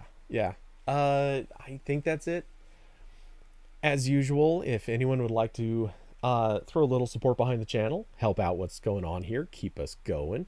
There are links down below, which I keep forgetting, but I am gonna kill that Streamlabs link in the not too distant future, because I feel like Streamlabs has turned into a dirty company. They are a dirty company. Let's see. But I'm lazy, so if anyone feels like tipping through that, it's there now for the short-term future, and I'll probably just replace it with a PayPal link. Let's see. Oh, there was another topic I wanted to hit, but it's not a news topic, it's something else. I don't want to do that one right now. I'll bring that up later, either this weekend or next RambleCast. I'll make a note of it. Anyway, so hey, you snapped all the dragons today? Ah, yes, indeed. So anyway, with that, thank you all for coming by, hanging out, being part of the conversation, joining me, keeping me talking, keeping me rambling. Love having you guys here. Hope you all have great rest of your weeks. As a side note, I wouldn't really recommend watching the movie Finch. I watched it last night. It feels good, but it feels anticlimactic. It misses something. Anyway, thank you all for coming by. Thanks for hanging out. I will be back this weekend for a little bit of gaming, possibly some other stuff. You know the routine. And hope you all have a wonderful next couple days. I'll see you all in Discord. And as usual, good night, everybody. Damn it. And I did not prepare the end card properly. So, good night, everybody.